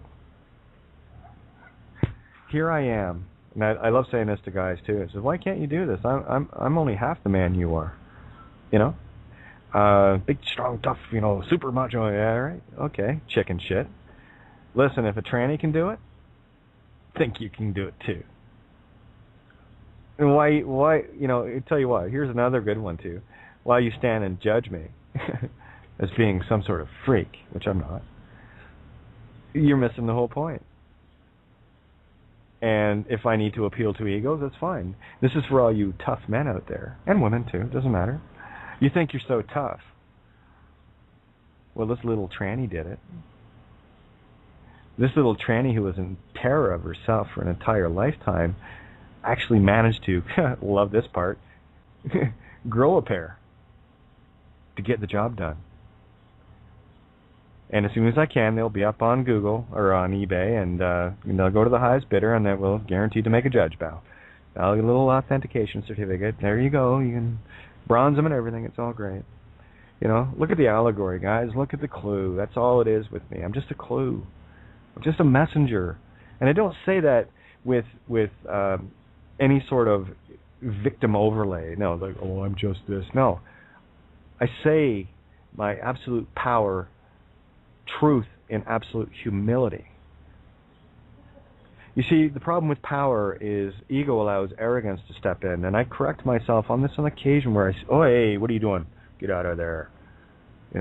Where there's almost, and this is how quick you got to be with the TLB, and I did see a plate, by the way. I had laughed because I was blah, blah, blah, and it's like, because I could feel my, the doubting, Mrs. Doubtfire coming in, and I was thinking, that's ego, right? And no sooner did I say that, car goes by, and I believe the numbers were 115, so there's the 1115, TLB.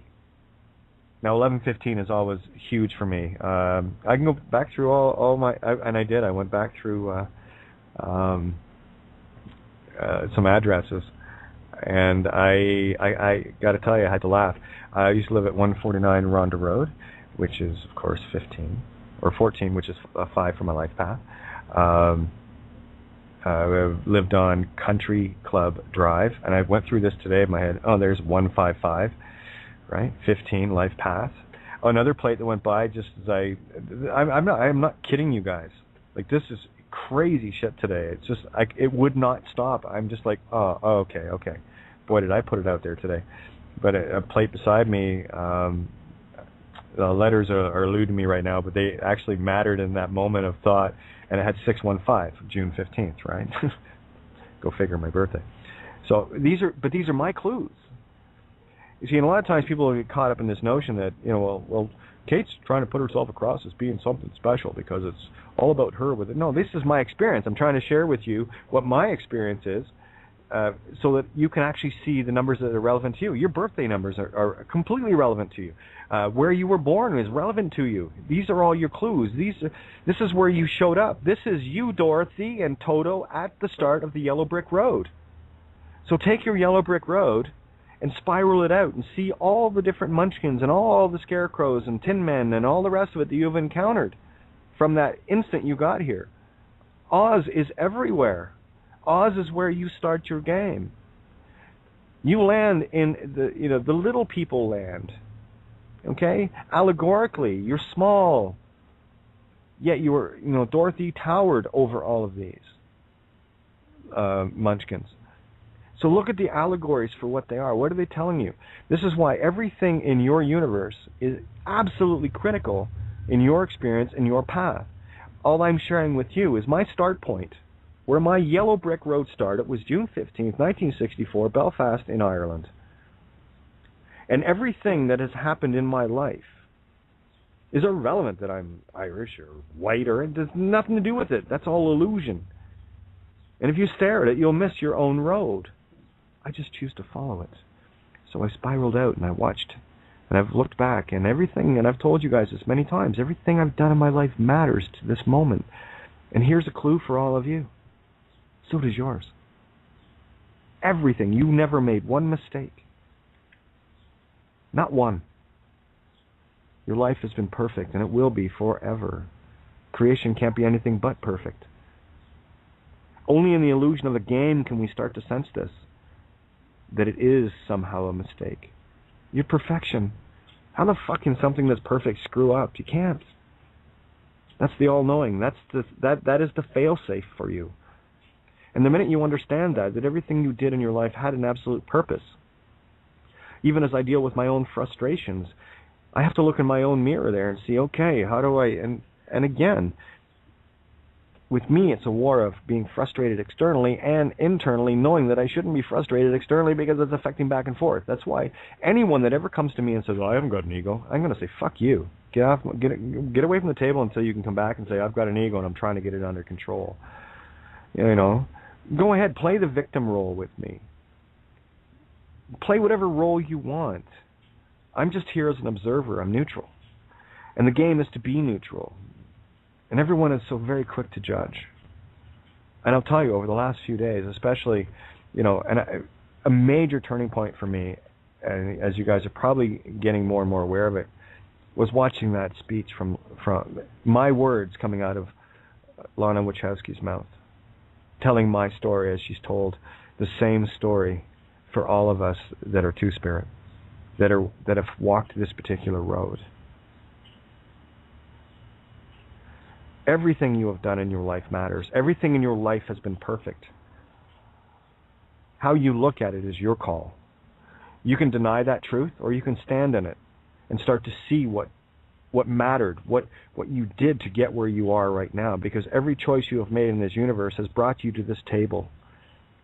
Are you going to sit at the table and not partake of the truth?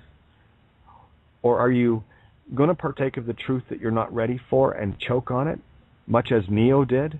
Because even the mighty Neo, no one ever made that first jump across the buildings. Morpheus said so, and they had running bets on it that, Morpheus thought he was going to make it. And a couple others said, no, he's not going to. No one. And, of course, Neo, the eaglet, Morpheus, the mother eagle, did the jump across first to show that it could be done. That's what I've done. I've jumped across many chasms to show that it could be done. And I didn't have anyone showing me the way. I just had me. And, of course, what happens when Neo gets out there, he looks down, then he has that sudden realization that, this can't be happening, and Mrs. Doubtfire kicked his universal ass. And, of course, he fell all the way down, and, of course, no one's going to get hurt in the program, and he just bounces back up. But until we have that contrast of win and lose, we'll never have a game. Where we're at right now is realizing that we win. And we're just working our way towards that win factor. And when you really start to see this, when you really start to trust yourself again, when you remove those doubts, Neo, when you start to look at yourself as being perfect, and take it from someone who has spent a lifetime dealing with the absolute imperfection of a reflection. But even in that imperfection, I was able to finally see me, regardless of what was reflecting back. And all I've been doing over the last couple of years or so is adjusting my mirror so that it's more suitable to what I know my reflection was going to be, to who and what I truly am. See, this is one of the things, too, and it applies to a chat the other day with, 3 friends of mine. And one of them, whom I've known for a long time, still referred to me as he and him. And one of my other friends said, "Who are you talking about?" And he goes, "Well, Kate." To which was replied, "What part of her aren't you getting? Did you miss the skirt? Did you miss the boobs, the hairstyle, the shoes, the mannerisms, the love? Did you miss that? Or were you too busy dealing with your love of your cock, your fallacy?"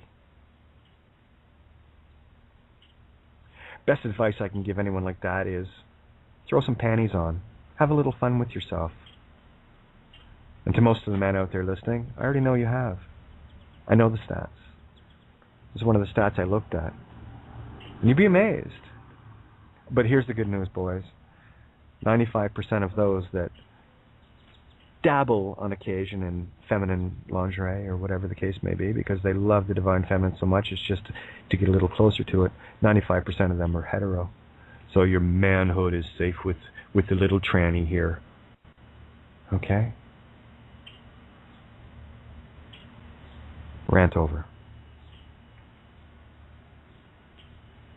Hey, Kate. Hey. I loved Lana's speech. It had me in tears too. In awe. Oh, yeah, just so moving. I was thinking last night about my friends as we've grown up who've had little boys who've gone through the phase of wearing their skirts and dresses and knowing that they felt beautiful in that, and some of the rejection that was in that at the process as it was happening. And I thought, I'm going to send Lana's speech to a couple of my friends who have transitioned through that beautifully with their boys. Their boys who would be daughters. For pure enjoyment. Yep, that's exactly it. For the pure release that they would get from just listening to her, and acceptance, and and that's just me, one person. So, yeah.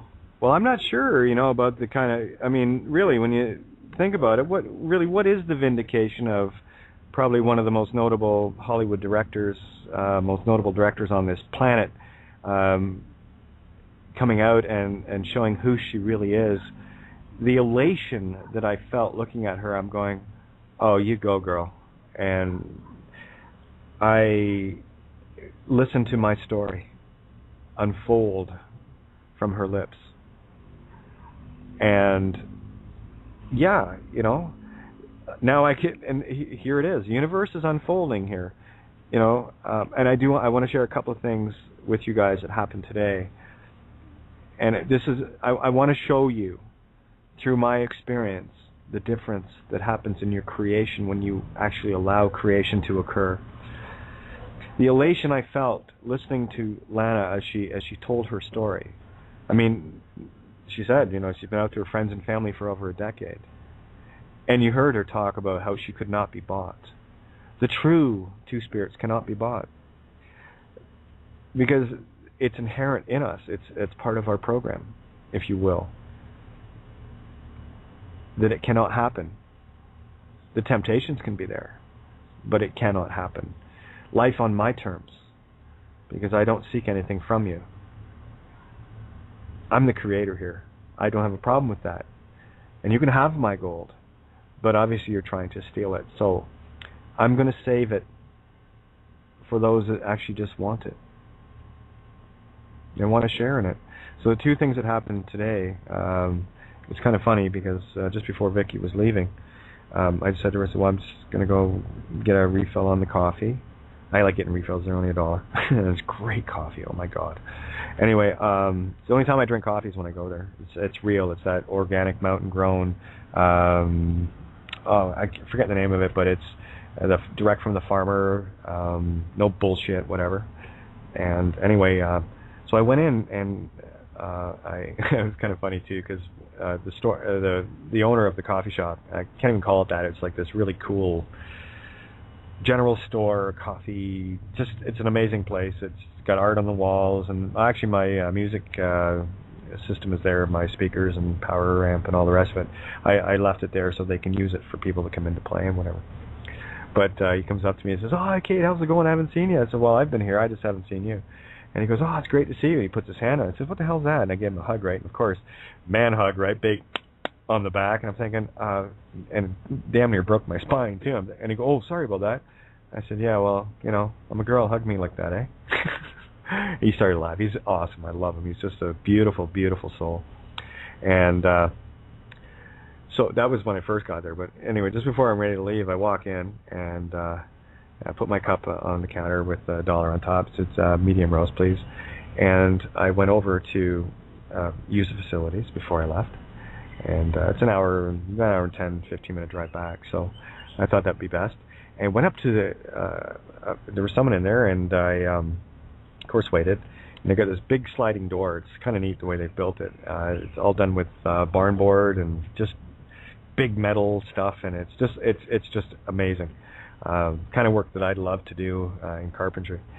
So the door opens up, and a gentleman's coming out, and he looks at me and says, "Oh, well, hang on a sec," and he walked back in, and he put the toilet seat down. And what was the word he said? He says, "Oh, I used to, what was it? Along the lines of I used to not give a shit. I used to be disrespectful." And he walked back in and he put the seat down and came out, and I just looked at him and said, "Well, thank you." Vindication. So, of course, use the washroom, come out, and just as I'm coming around the corner, there's a wall there. It's coming around the corner. There's a gentleman walking, ready to walk out, and as soon as he caught sight of me, he stopped and he backed up and he said, "After you, ma'am." And I said, "Well, thank you." So it was a double whammy. It was like, yeah, that's the energy, though. That's all about the energy. We got about 7 minutes left here on the on air. We're going to roll over because I'm just loving your energy tonight, guys. This is what's happening right now is you're feeding me, and this is the food that you have given me that I'm preparing and giving back. All right. So just a great big shout out to criticalmassradio.co.uk. Paul Giovanni, you most gracious angel. Thank you so much for this table that you've provided for all of us, and Lisa and the crew at Critical Mass for partaking in making this table possible and being a part of the duality of Critical Mass Radio, the sister stations, if you will, where we bring everything we can to the table, and everyone that wants to join is most welcome. It's infinite truth. It is never needing replenished, because once the truth is set on the table, it is the cornucopia, the horn of plenty, that will never empty.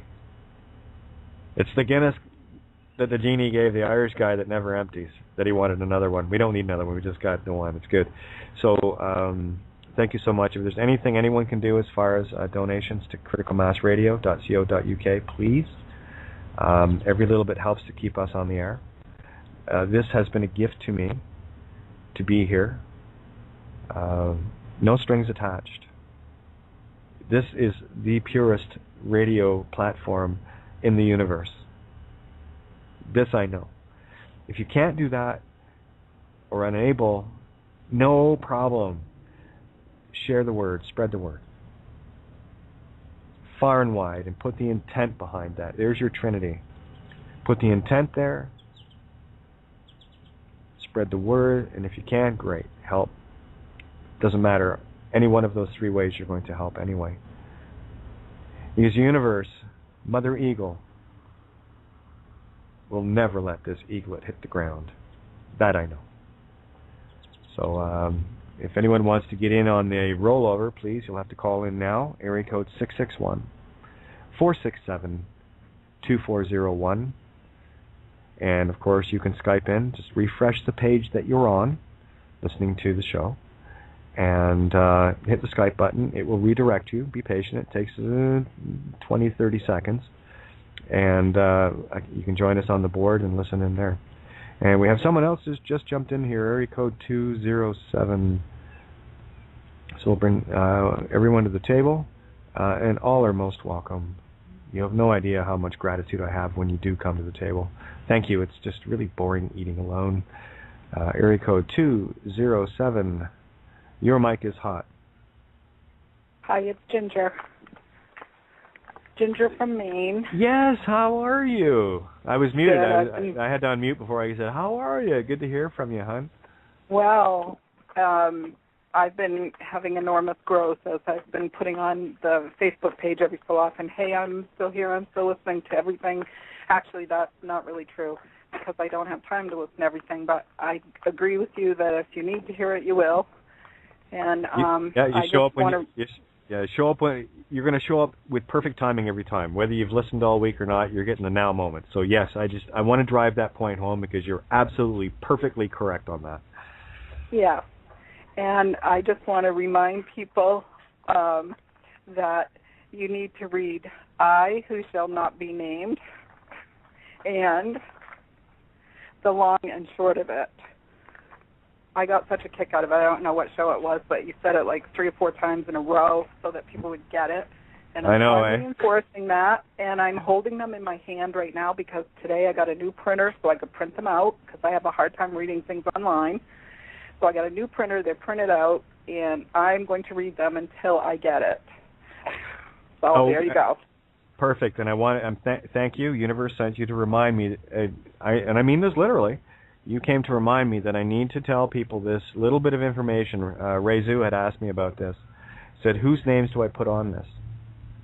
Okay. So here's the names that you put on it. Anyone that you have had a spiritual contract with, be it through blood, mom and dad, sisters, brothers, okay, direct. And I'm not talking aunts and uncles. I'm talking direct. Anyone that you've been, married to, male or female, and anyone that you've been in a spiritual relationship with that would be deemed in their system a common law marriage, and any children, of course. So anyone that is directly connected to you in a spiritual contract, put their all caps name in. You don't have to tell them. It doesn't matter. This is about breaking the contract for you. It's not their fault that you're contracted with them, nor is it yours that they're with you. It's just about clarification. This does not Just here it is in a nutshell, guys. Just do it. But that's what I wanted to get across. So thank you for reminding me. I got 2 of the lines I want to open up here. But continue on, Ginger. I'm just going to open these lines up so they know they're in at the table. We got area code. One sec. Area code 814. Your line is open. Just hang on a sec. And area code 604, which I think is that's Patty. But continue, Ginger, and then everyone else. Just let you know, all your lines are open. We're all at the table, so don't wait for me to invite you. You're already here. You invited yourself, and that's what you're supposed to do. Yeah. I've been concerned today about what happened in Lake Megantic in Canada. There was a derailment of a train there, supposedly. Okay. We've been working hard here on drawing attention to it here in Maine. Some of us, not everyone, but. What's the allegory? Don't get caught in the ego here. And I'm trying to see the allegory. I can tell you what it is. Okay, tell me. Okay, remember, this is for everyone. Stop looking at this place like it's real. You are caught you're caught in the movie. Yeah. If someone that you were unaware of just got burned, did you feel it? No. If someone just got wiped out in a car accident, did you experience it? No. Did you feel it? So how is it you? How is it? And this is how cold hard truth you've got to get to see this. Right. It has nothing to do with you. Did it happen? If a tree falls in the forest, did you hear it? No. That's the assumption. This is critical, guys. That is the assumption and presumption, and this is where the ego gets controlled through that seed of doubt planting, that somehow it's real. It's not. It's illusion. So now, this is the only way you're going to see the allegory. If you didn't feel it, smell it, experience it, taste it, touch it, be it, it isn't you. Well, I understand that part, but no buts. You just think hang on. Is because does that mean it didn't happen? Well, I'm not saying it didn't. What I am saying is you didn't experience it. You're supposed to see it. It's part of your movie. Don't get wrapped up in the movie is what I'm trying to get across here. No, I'm not wrapped up in that part. I have a different point to make. Okay, go ahead, kiddo. Okay, so I'm not feeling that. What I'm seeing is something that is a manipulation. So I'm exposing the manipulation. So I just want to know, I guess, how that relates to the other things that we talk about and that I've been thinking about, the things that you talk about. And the manipulation is that there has been a plan to put a corridor across Maine from Canada to Canada, right straight through the middle, and it would be a private road and a utility corridor, and that's exactly where it would come out in Canada. And we're just thinking that this part Well, of it. then let me tell you what the allegory is. It just got derailed. It's not going to happen. Look at the allegories. If we get attached to things, emotionally, we will never see them. Emotion means no motion. Unconditional love says, I'm an observer only. Be the observer. I'm observing, but I'm drawing attention. See what I'm saying? Well, I know. I'm an observer in that way, but I'm drawing attention because... But Ginger, hang on. I see the hidden... What kind of attention are you drawing to it? The first feeling... hang on, the empath here says to me, the first feeling I got from you, there was an emotional attachment to it. It wasn't a big one. But there was an emotional attachment to it, so I knew there was still some TLB. And that's me too. I'm concerned for Maine because that's where I live. Well, why does that matter? Why does that matter more than why does that matter more than Wisconsin or Pakistan? It doesn't. In one sense or another. Do you know why you're from Maine? I just don't know a lot about Wisconsin or those other places, but I do know about Maine because it's where I live. Okay. Well, can you tell me why you're from Maine? I was raised in Maine. No, I didn't ask that. I was here because my family was here. Well, no, I know why you're. I know why you are there. Are here now, physically. you mean? No, hang on. Clear your head, kiddo. You're trying to think of the next thing. Okay, clear your head, because you're missing what I'm trying to show you here. I already explained it earlier with the. Where did you show up? Because I showed up in Belfast, Ireland, doesn't mean that somehow that's more special than where you showed up in Maine. I'll tell you what you need to see is I know how you showed up in Maine. You can't. You popped out of mom in a body. No. And I know. Hang on. I'm work true. with me, Ginger. Stop arguing, okay? Stop. I'm trying. I will chainsaw you. I promise. Okay. I'll get rid of that. I need you to see this because I'm trying to give you the epiphany of epiphanies here. Okay. I'm trying to gift you beyond universe. You showed up in Maine for a very particular reason, and it didn't have anything to do with your mom, your dad, your aunts, your cousins, your uncles, or kiss my arse, or fuck all. You showed up in Maine because all your clues are there. That's where your yellow brick road started, and you need to see why and lose all of the physical, all of the emotional attachments, mom, dad, aunts, uncles, all the rest of that shit. Those are all allegories. I'm not saying don't care about them. This is what unconditional love is about. It's only because you do care that you will look. Because right now, if you're not looking, you don't give a shit. Mirror, mirror. It takes a bit to get used to this. I tell you, I fought tooth and nail because I'm going, oh, and I had to wrestle this bear to the ground, hon. But I'll tell you, when I thought the bear was out cold, actually I ripped. When the bear wakes up, tell him he can get his coat in the dumpster. Okay, that's how badly I wrestled this bear. I ripped the skin right off it. You need to see why you came where you came, because it's not because I'm American or I'm East Indian or I'm African or I don't give a fuck what you are. That's a label. Did you miss why you came in where you came in? Because you had a very specific plan in mind, and I'm trying to remind you of it. I know exactly what my plan is because I followed all my trails. You know, what's your birthday, by the way? July 10th. Oh, your birthday's coming up. Awesome. Yes. And the other thing, I mean, okay. No, I'm listening to what you're saying, but what I hear is that you misunderstand.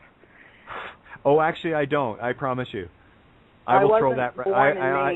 I was moved to Maine with my family, but I stayed because I love it here. Yes, and it is where my road.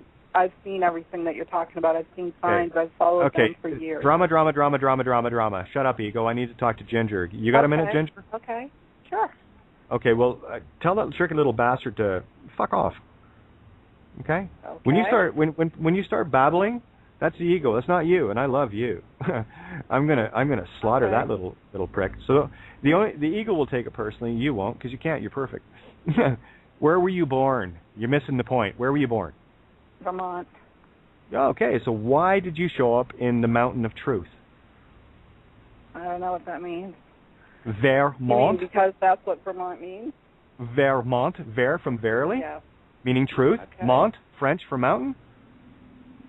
So why are you from Truth Mountain? Just a little responsibility there. You might want to have a look at your birthday. You might want to figure out what happened in history that resonates with you. Because there is no such thing as history or future. There are only clues in the now.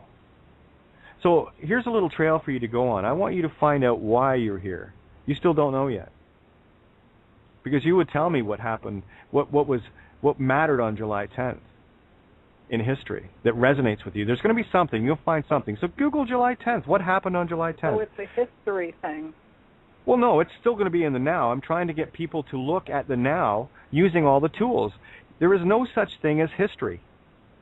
Time is an illusion. So when you pick up a history book reading about the 1600s, you're reading about it right now because it is now. Everything has happened now. There is no such thing as past or future.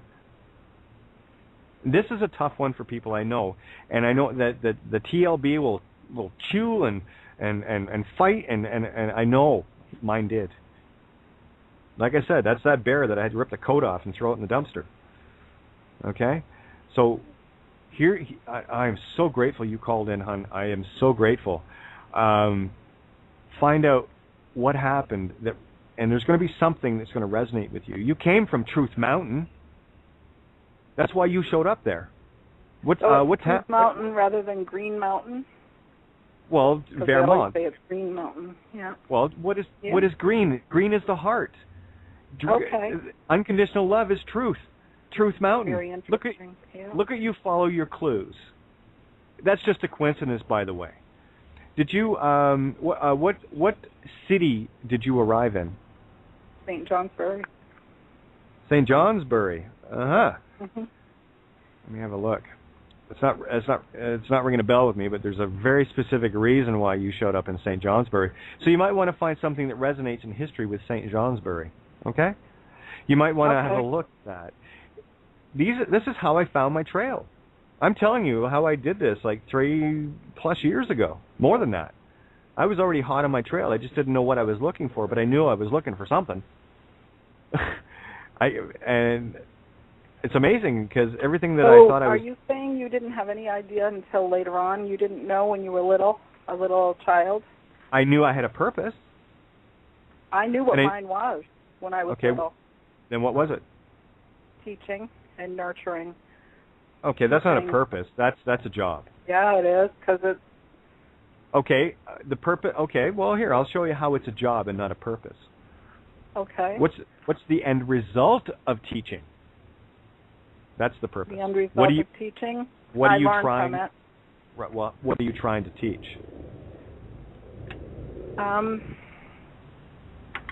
It's actually how to learn. It's the opposite. There you go. Well, from teaching. Well, that's absolutely the best student is the teacher.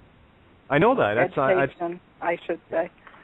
Yeah. Well, again, for me, and I use the allegory of my doing the Songwriter Cafe. Of course, I had lots of songs and whatever.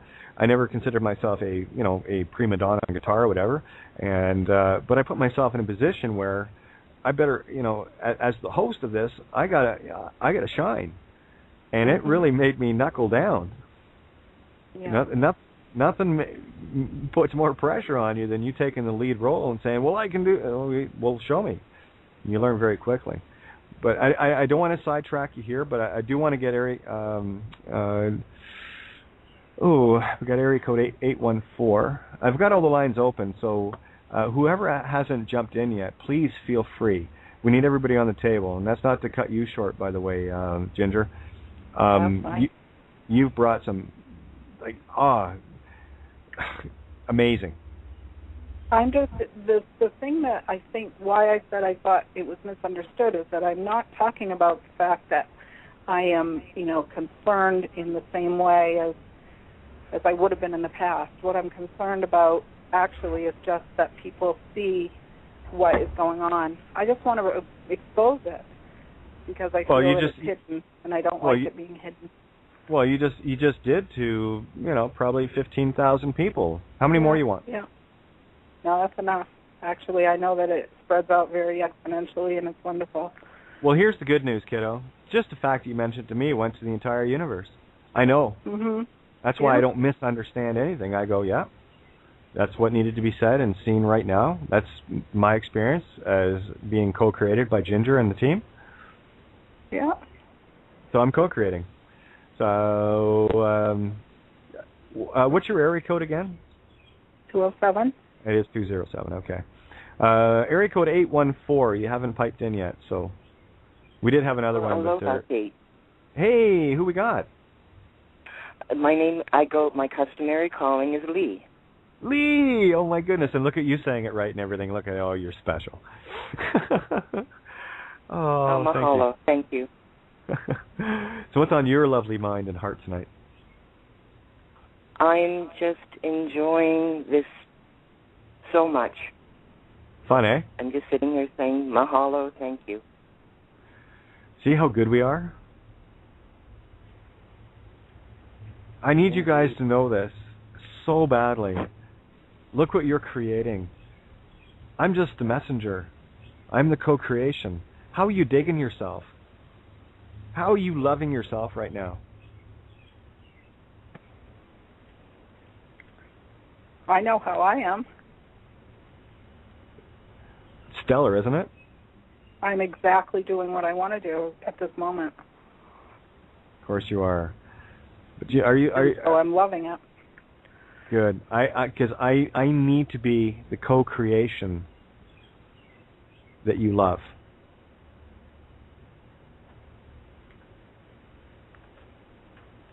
I am yours. I am you. Create me at your will. I am the open vessel.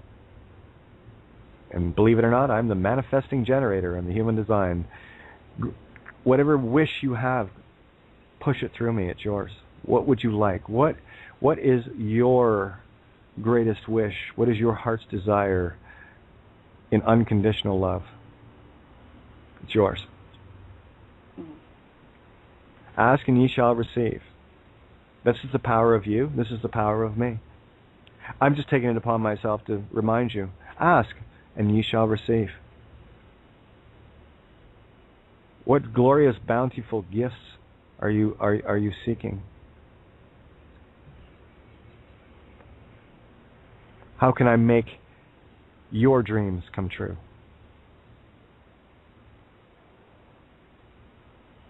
That's what unconditional is. To love enough to allow the creation of the other to flow through you unconditionally.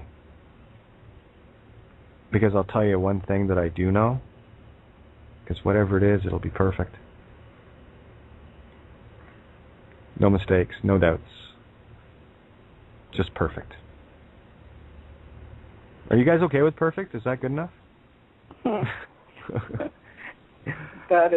I think that's a very difficult thing, the perfect thing.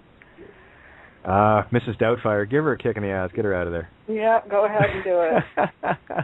Hey, I got my own Mrs. Doubtfire to deal with. You got yours. Get over it. I'm taking out my garbage as quickly and as able as I possibly can. Well, I heard you had Adam on the other night. I had gotten up because I couldn't sleep, and it was a recorded program, and I fell asleep during it because I was so relaxed thinking, and woke up to the sound of Adam's voice, and I went, I know Adam. I've heard Adam before. I don't know him personally, but I know Adam online, and I hadn't heard his voice in a long time. And I was like, I wonder how Adam is. So I listened, and it was really, really cool to hear somebody that I knew online talking there you go. while I was asleep. It was wonderful. It was wonderful. Hey, and I love the conversation you had. You want a funny story with me and Adam? Sure. This goes back to last, because I did a bunch of shows with him and South African girl. What's her name? Was it Enid? She went, I think something Eve or whatever. Yes, that was it. They did a show for a while. I remember talking to her online too. Yeah, and I was doing regular shows with them all the time. They would get me in whenever they could. And I'll tell you, the last show I did with them. This is a funny story. I hope Adam's listening, because here's the thing about I grant wishes, right? We were talking, word breakdowns and whatever, and I love Adam. I do. He was just a great, and the love that he has within him is so. I don't even know if he can experience his own love. It's incredible. It's just like over the top. But we're anyway talking about word breakdowns and whatever, and I forget what the actual instant was, but it was one of these moments, and he said, "Okay, will you just shut up?" And I said, "Okay, I can do that," and I hung up. Yep. I probably heard it because I was listening to a lot of those programs. It was, I think, the first that I had ever heard of you. And I remember him doing that kind of thing, and I would just think, oh, my gosh, that's so rude. Well, now I understand why you did it, because he asked you to. Yeah, he said, shut up, and I said, I'll grant your wish. Yeah. And I've never mentioned this since then. This is the first time I've ever mentioned this to anyone. I talked to a couple of people that day. I said, yeah, people... They don't get me. It's they ask for something from me. I will grant their wish every single time. Not a problem. I believe I heard it when it actually happened live. Oh, when I hung up, I was laughing. I'm thinking, okay, hopefully. And of course, I talked to him briefly after that. It was just so wonderful that he called in. Yeah. And it was perfect timing. It was beautiful. I had checked on him probably 6 months ago and in email and got back a reply, and he just said, most of us do Facebook now, and I wasn't doing Facebook, so I lost track. But it was, I was trying to help them get that network off the ground too, as far as some programming, and I especially liked the things that were different, the things that stretched the thought processes, so that people aren't just on the same path, going down the same path every day. Well, see, that's the thing about system. System wants us all on the same path. That's why I when you mentioned about the train derailing, that is an indicator to me. Of course, I'd heard, I didn't know where it was or whatever, but I had heard something along those lines. So there it is, that junction where the switchman wasn't quite ready for it, and the whole system derailed, right? So here's the allegory. That train is no longer going in the circle. You see, I think in universal terms. I don't think in planetary terms. I think, as the butterfly or the dragonfly or the bee, that is a, what we're doing are the little flaps of our wings and watching trains derail, because those are the tsunamis that go out across the universe. Every thought you have matters, literally. So be careful what you wish for, and be careful what you think. I had said several times that the East-West corridor would not be built across Maine, and was thinking that a lot. I really don't think it will be, but people seem to be resigned. They think it's just going to happen, but I don't think it will. So I was just interested to hear what you would say about the allegory, and I see the derailment now. I see the derailment part. Well, here's the rule of seeing allegories, and this is where the ego still gets trapped. Mm-hmm. If you're looking at the literal, your ego is trapped. And if you still relate back to the literal after understanding the allegory, then you're still dealing in pure logic. You're still dealing in pure masculine left brain thinking. Well, wouldn't it be that all of it? I mean, can't you see it any other way? I mean, you can see the logic also. You can see that that's what it is. Yes, and the logic comes into the allegory. Right. Not the literal. The literal, absolutely. Logic says a train derailed.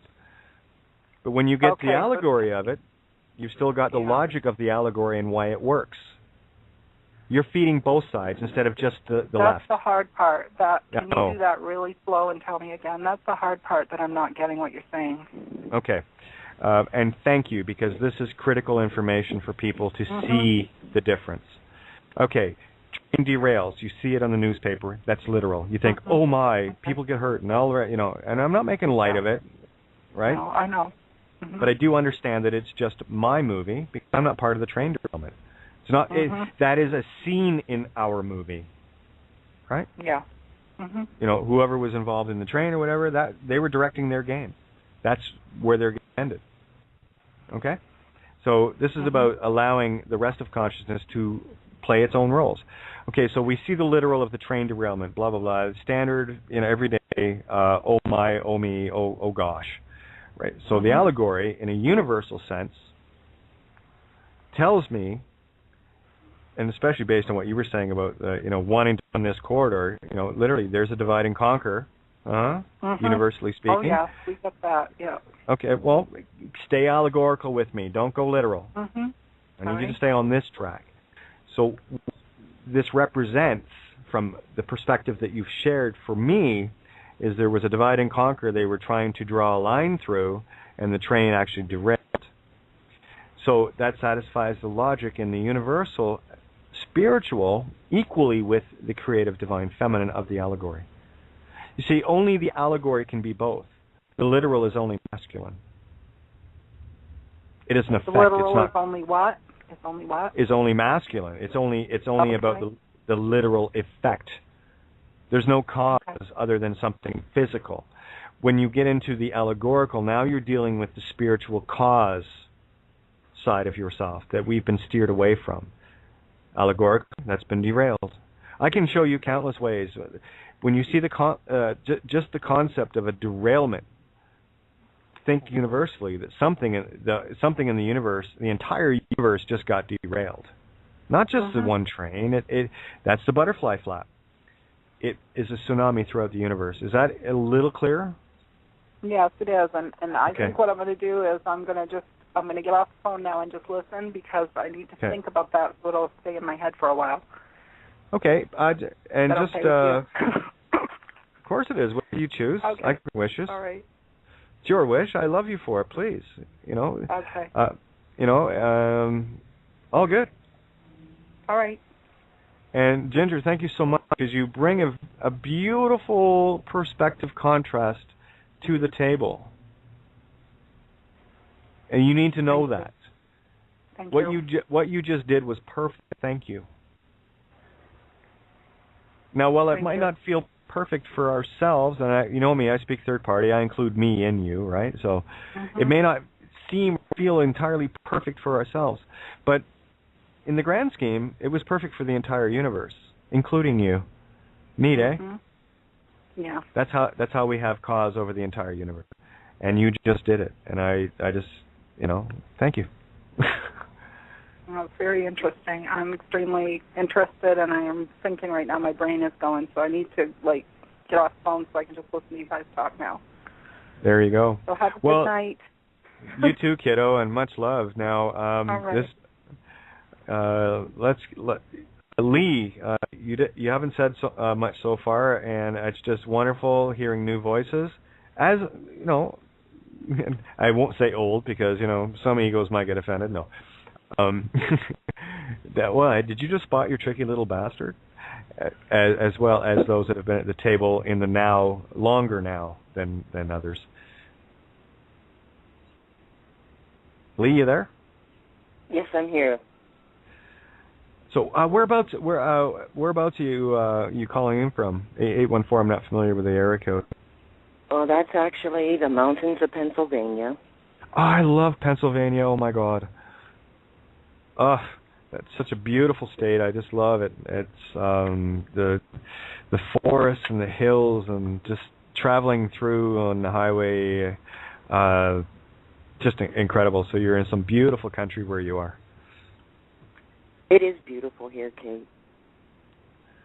Yeah, I have a strong attachment for Pennsylvania. Are you familiar with Red Lion? Red Lion? Yeah, it's down around Kent. Yeah, it's down the southern end. It's about say 45 minutes from Baltimore. I have some friends down there, and there was another one, Red Lion, right? Pennsylvania. Why was that? So see, it factored in for me based on the coat of arms and stuff. So it's all the dots connected. But what is your? I want to continue playing this game with everyone. What is your where were you born? Where was your point of entry here for this game? Your Yellow Brick Road started where? Mountains of Pennsylvania. And when? I don't need the year, just August 2nd. August 2nd. Now, I will say to you, there is a very important reason why you got here on August 2nd. It ties in with your zodiac. It ties in with everything. So this is how I'm trying to show people how to know themselves. Know thyself, right? This is what it's about. So I would ask you to do the same, is have a look throughout your entire life. And then go looking at, and don't worry, you won't make any mistakes. You never do. The universe will lead you because your game's perfect. Start looking up August 2nd and find the things that resonate with you. And watch your Yellow Brick Road unfold for you. And you're going to have lots of, oh my God, moments, I promise. I like to call them oh my me moments. Ohms. Right? Well, you are God, right? So you might as well call it what it is. Oh my me. And of course with moments you have oh my me moments, right? Ohms. Right? So there you go. So what brought you to the table?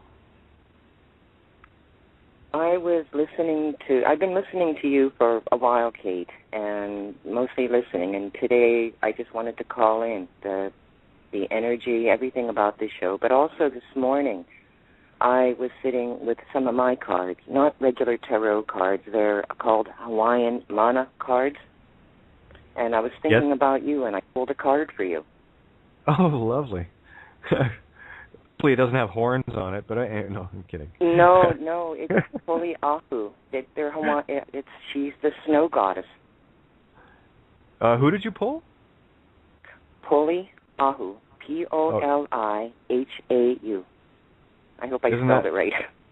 Isn't that funny? Because I pulled Ahau, which is Ahau, from the Mayan deck today. Snow goddess, eh? Yes. Sure. I have never come into contact with Hawaiian cards. Would you please indulge me? I'd love to hear about it. Let me get to them, Kate. I'm sitting in the dark here. Let me get to where I can see them. I get to learn something. Do you know, awesome. Do you know anything about the culture? Some of the you know about Pele. Well, this is Pele's sister. Oh. But she was very, very jealous of Poliahu. Isn't that interesting? Let me get a light on so I can read this. Oh, I love people listening in the dark because I know you're zoned. You're giving me goosebumps right now. Wow, you got lots of energy. Okay. Seriously, I'm riddled. I'm riddled with goosebumps. Thank you. The number on the card is 28. Yeah, just the days I spent in solitary. Keep going. Okay. One lunar cycle. And I had this all set up before now. Give me 1 second, Kate. No rush, love. We got a half an hour here, so this is one of the nights that I wish it would just keep going and going and going, because I guarantee it's going to be even more powerful tomorrow night. And just to remind people, I'm going to be doing reads. I've got and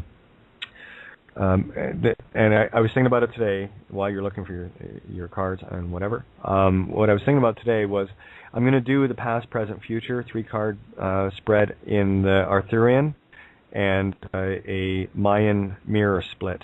That's what I call them when I break the deck and see what the mirror is. Right, the card facing up is what is, and what is its mirror. And I flip over the one you can't see, right, the veiled one, to see what's behind that mirror.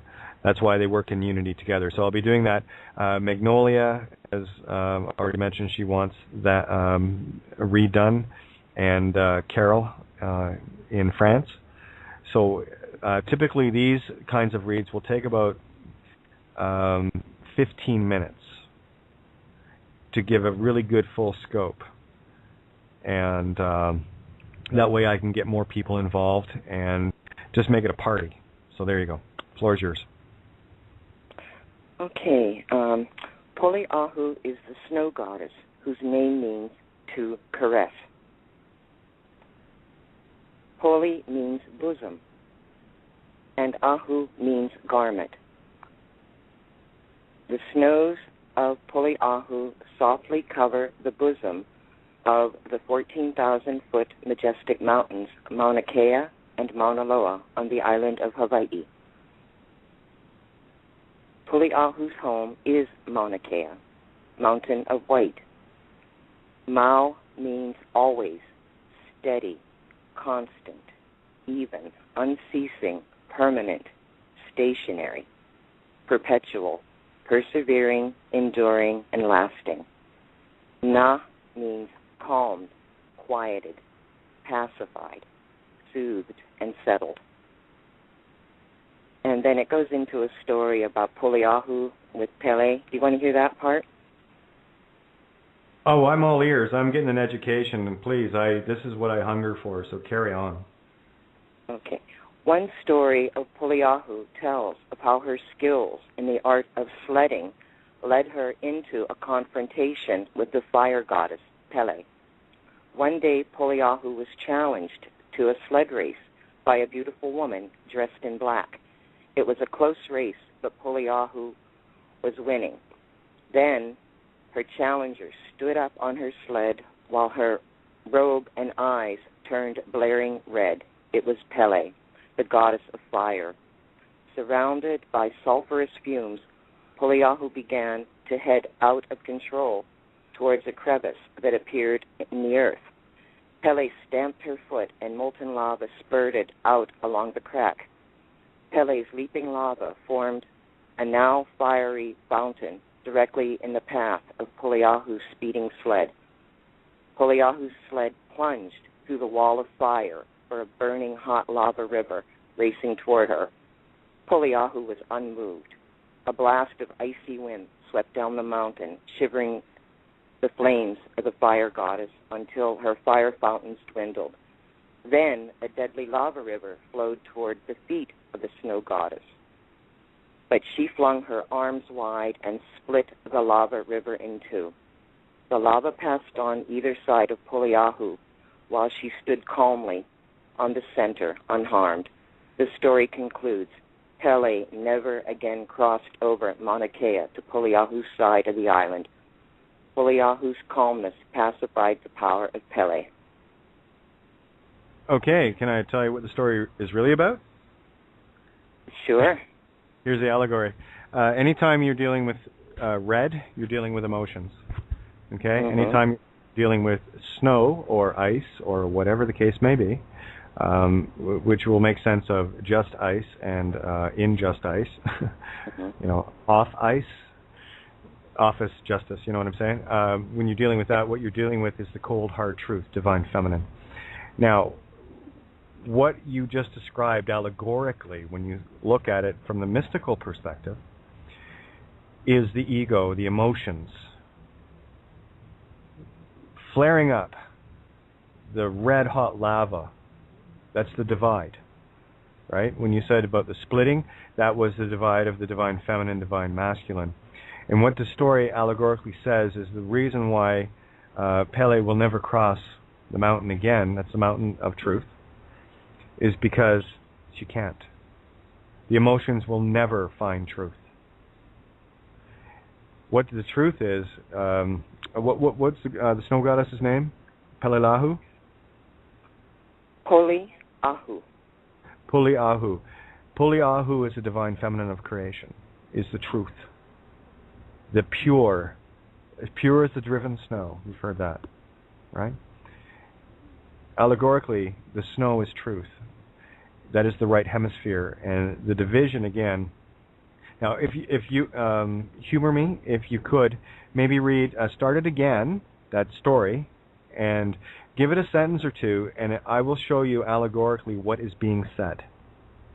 Okay, do you want to hear their interpretation, Kate, how they go on to interpret it first? Actually, no. Hear the story?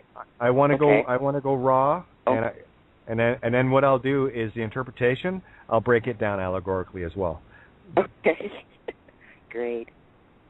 I'm going to test myself. Watch. Let's go. Let's play. Okay.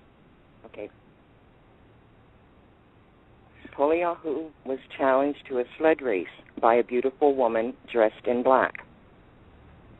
There's the divine void. Mm-hmm. It was a close race, but Poliahu was winning. Then her challenger stood up on her sled while her robe and eyes turned blazing red. There's there's Pele. That's the emotions, the ego. Mm-hmm. The goddess of fire. Goddess of fire. Surrounded. Now, also the fire is thought. That's the Prometheus fire, Promethean fire. What that is saying, that's the seed of thought or Thoth that was planted. Right? That thought is ego. That's why if you want to escape here, you must have no thought. That's the only time Peleahu can actually speak to you. Until then, you are deafened by the din of Pele. Mm-hmm. So carry on. Poliahu began to head out of control towards a crevice that appeared in the earth. Pele stomped her foot, and molten lava spurted out along the crack. Pele's leaping lava formed a fiery fountain directly in the path of Poliahu's speeding sled.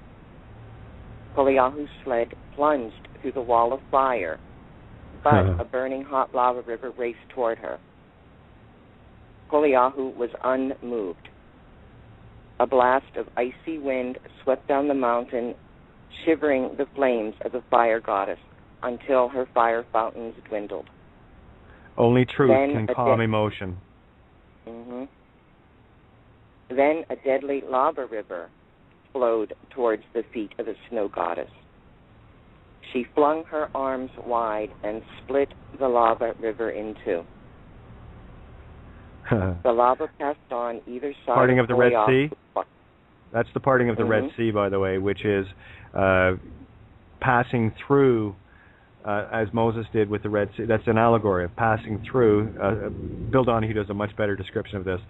But the only way you can get to truth is to pass through, and that's the division of the left and right hemispheres of the brain. That's what it's representative of. And only when those can be reunited can we become one. And the only way we can do that is through Pele Ahu, truth. And it must be unwavering. It must have no doubts. And only the cold, hard truth can silence the emotions, turn the lava into rock. Keep going. This is beautiful. Oh, and the rain is coming down with thunder and lightning now, Kate. Mm-hmm. There's truth upon you with the force of Jesus, baby. Oh, and I got to do a quick shout out to Zach and his lovely wife. They had a baby boy on July 4th, and from what I hear, I mean, the whole fucking country celebrated. They had fireworks and everything. Everyone had party.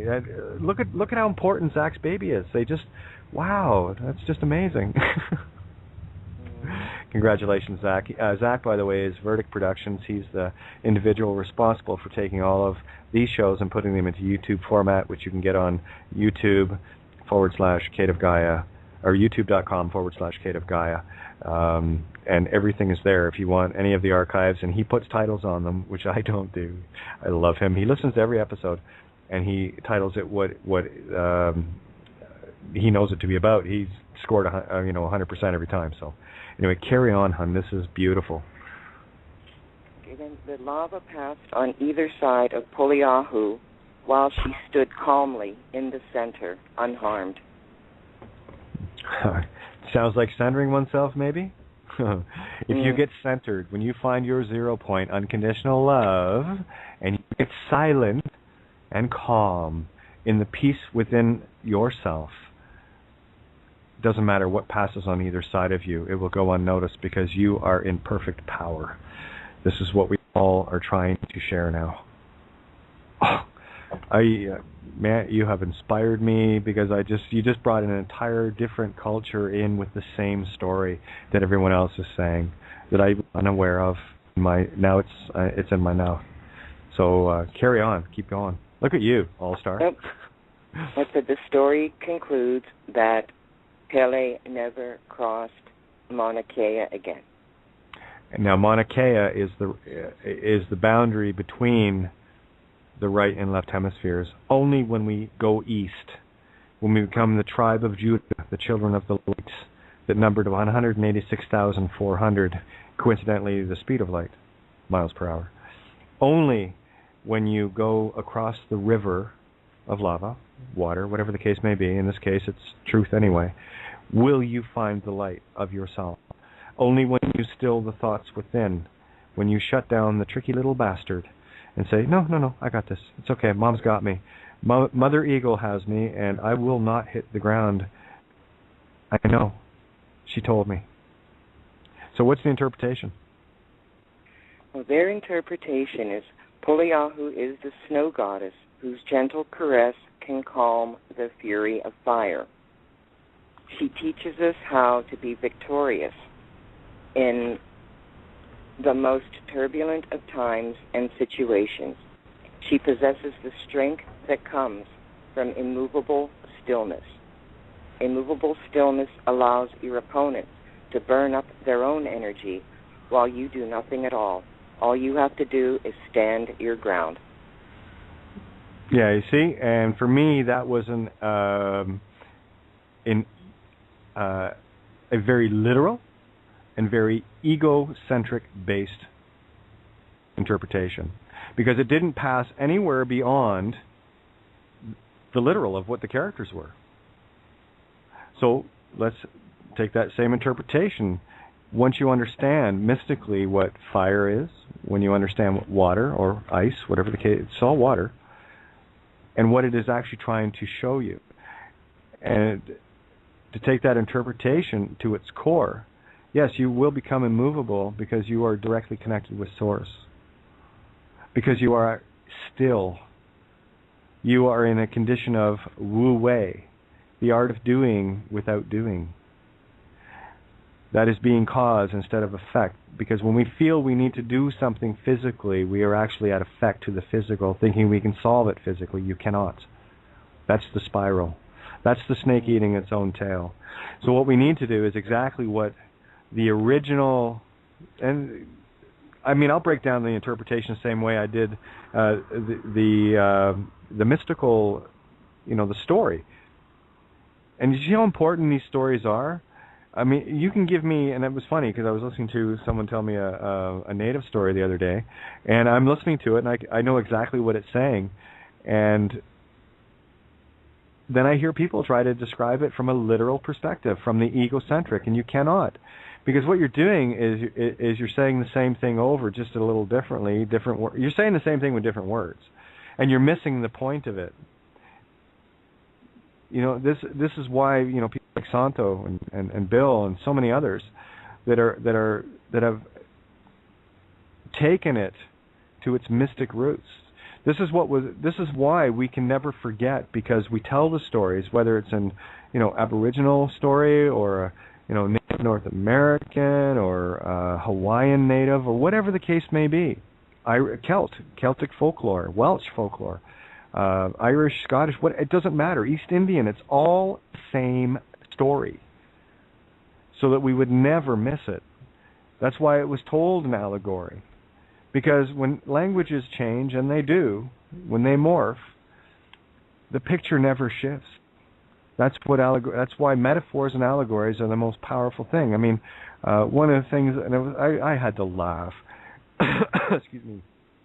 I was at a songwriting thing years back, workshops and whatever, and one of the individuals that was part of the team leading the workshops had came out and said, emphatically that, if you're going to write songs, you need to, and I forget one of the songs they had written.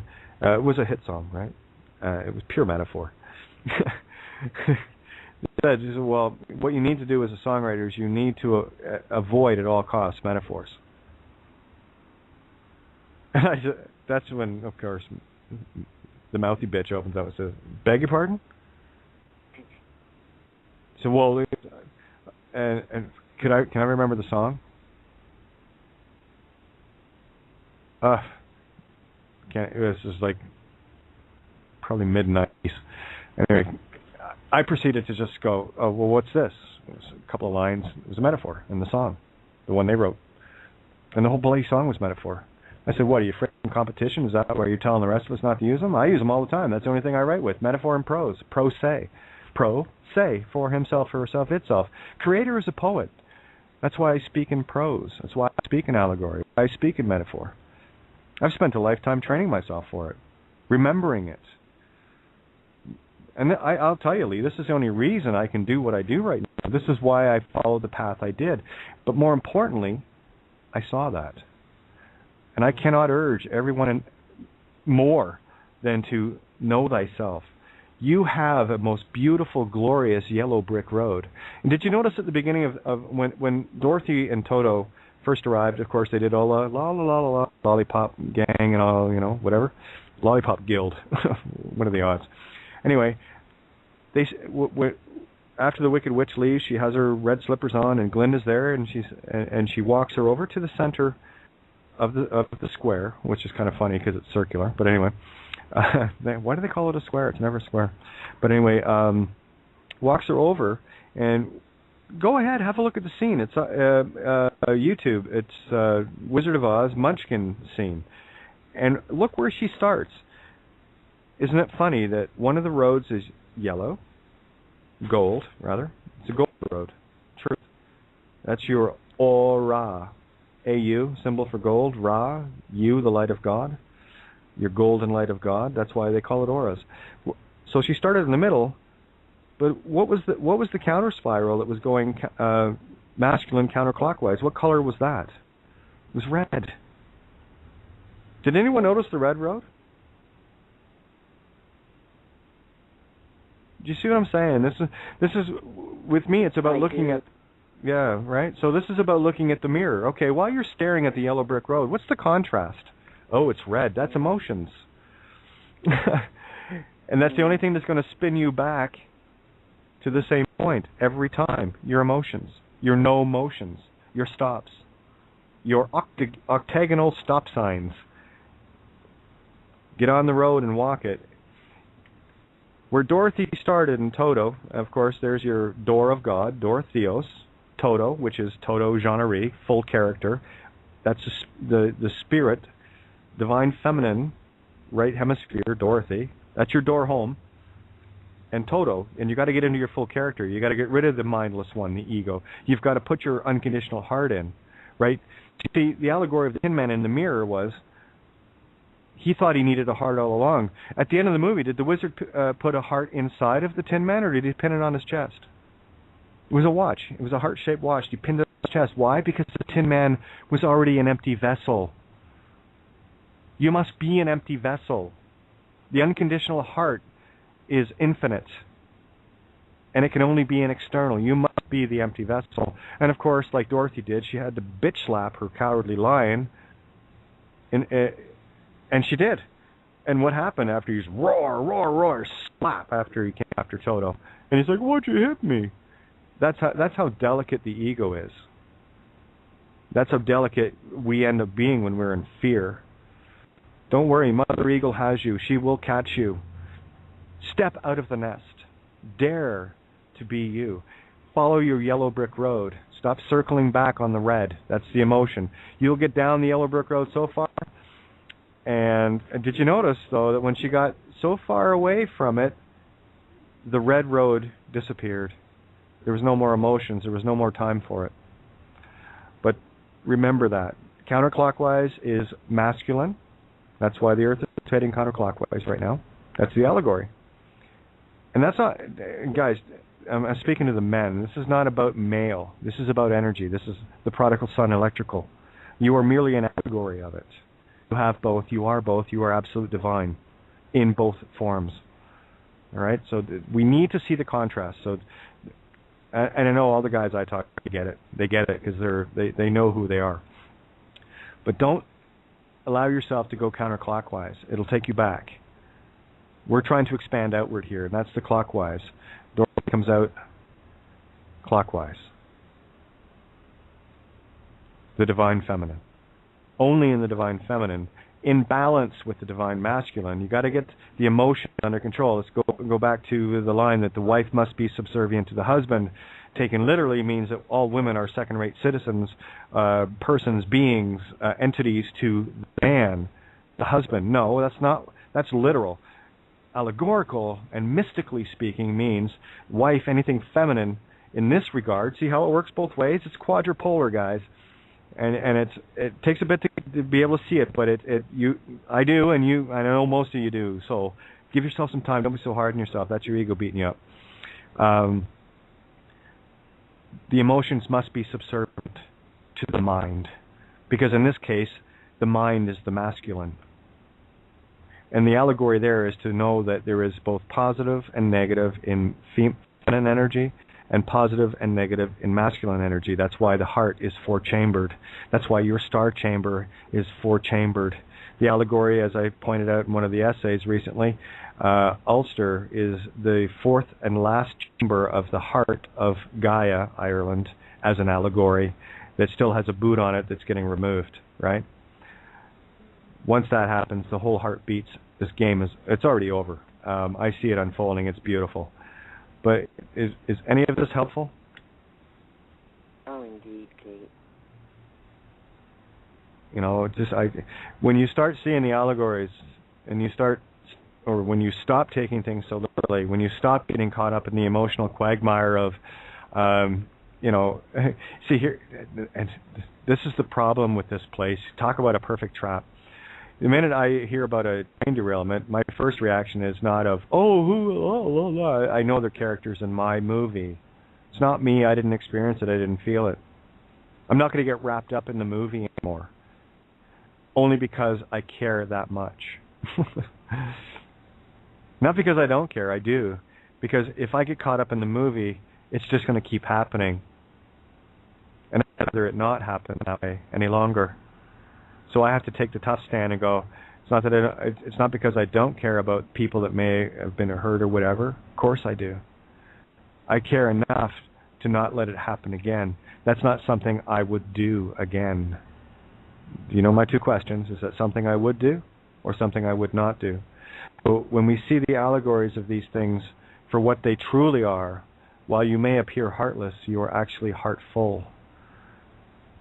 Because I see a bigger picture. I see a grander game. I see a more beautiful universe than the one that we have piling in around us every single day, where it's so many of our points of consciousness are at complete effect to someone else's cause. What I'm trying to share is to show you how to become that spiritual cause again. You most glorious, glorious entity, you perfect creation of universe. I know you are, because you are me. And I will not think less of you, because if I do, then I'm thinking less of me. And I am working my best. And I've had a hell of a road getting here to actually learn to love myself. And I assure you, being in this forum, at least I'll speak from my perspective, what an impossible task. Did it though. And I'm getting better every day. That's why we're seeing these beautiful things transpire. So we got about say 4 minutes left here. So guys, any final thoughts from you? All ears.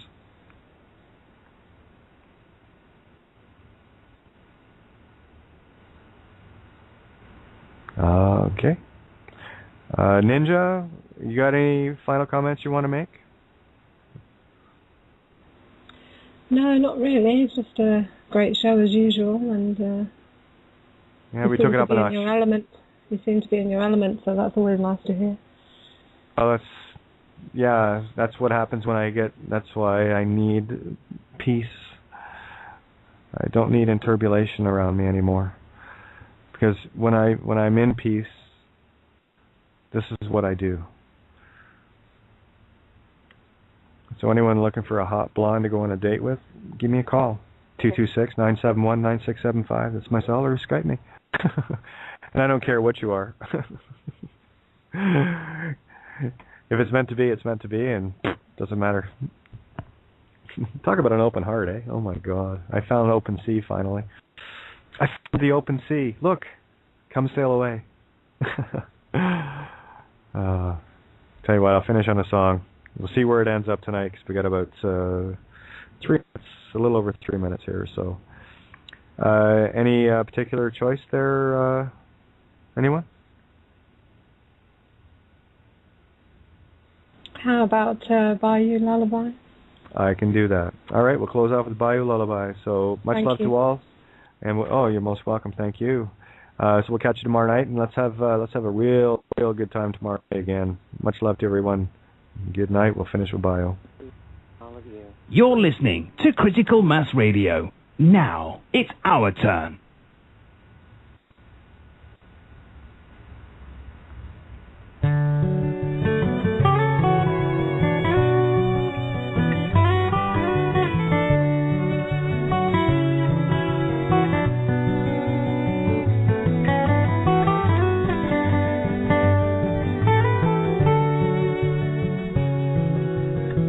Hush now softly, can't you hear?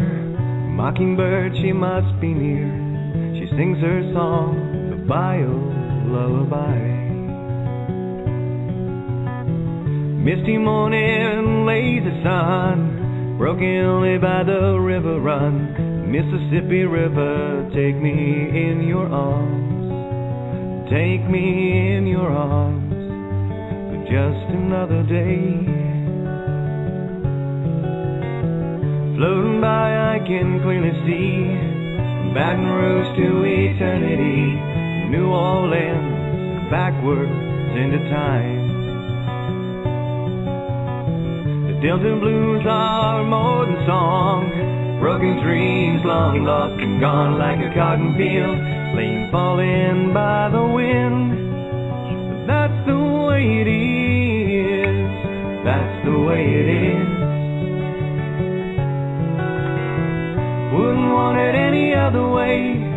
Friendly smiles enough to say, yeah, it'll be alright, and I don't have to worry none. Friendly word on a passing way makes southern sense when I'm away, and I'm just glad I'm back where I belong. I'm back where I belong.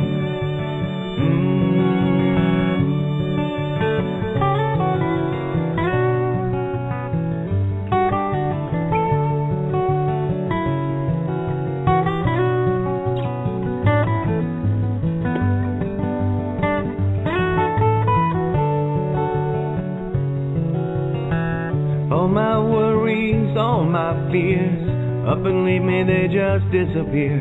Like so much nothing, so much for taking time. 'Cause on the water or on the shore, this is home and so much more. Old man river, take me in your arms. Take me in your arms. I'm home sweet home again. Video provided by verdictproductions.com.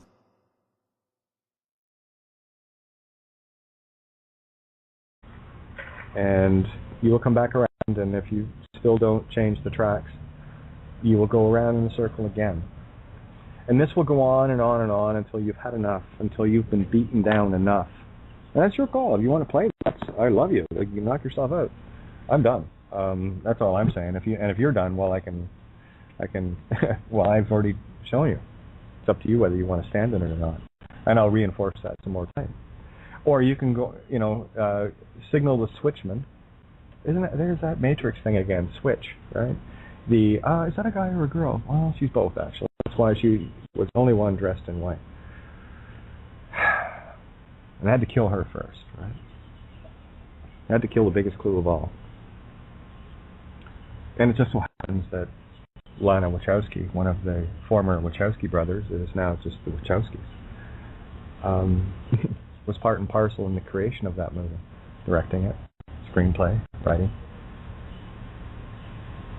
which I thought was, for me, one of the biggest triumphs I have yet witnessed in my own walk.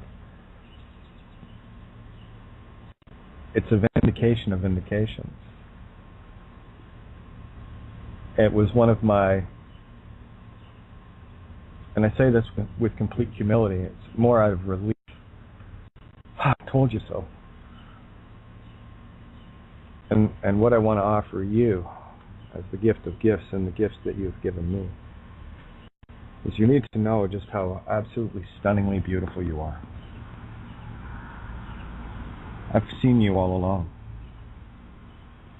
And I have pained day after day, pretty much my whole life, looking at people, asking myself, why? Why do they do that?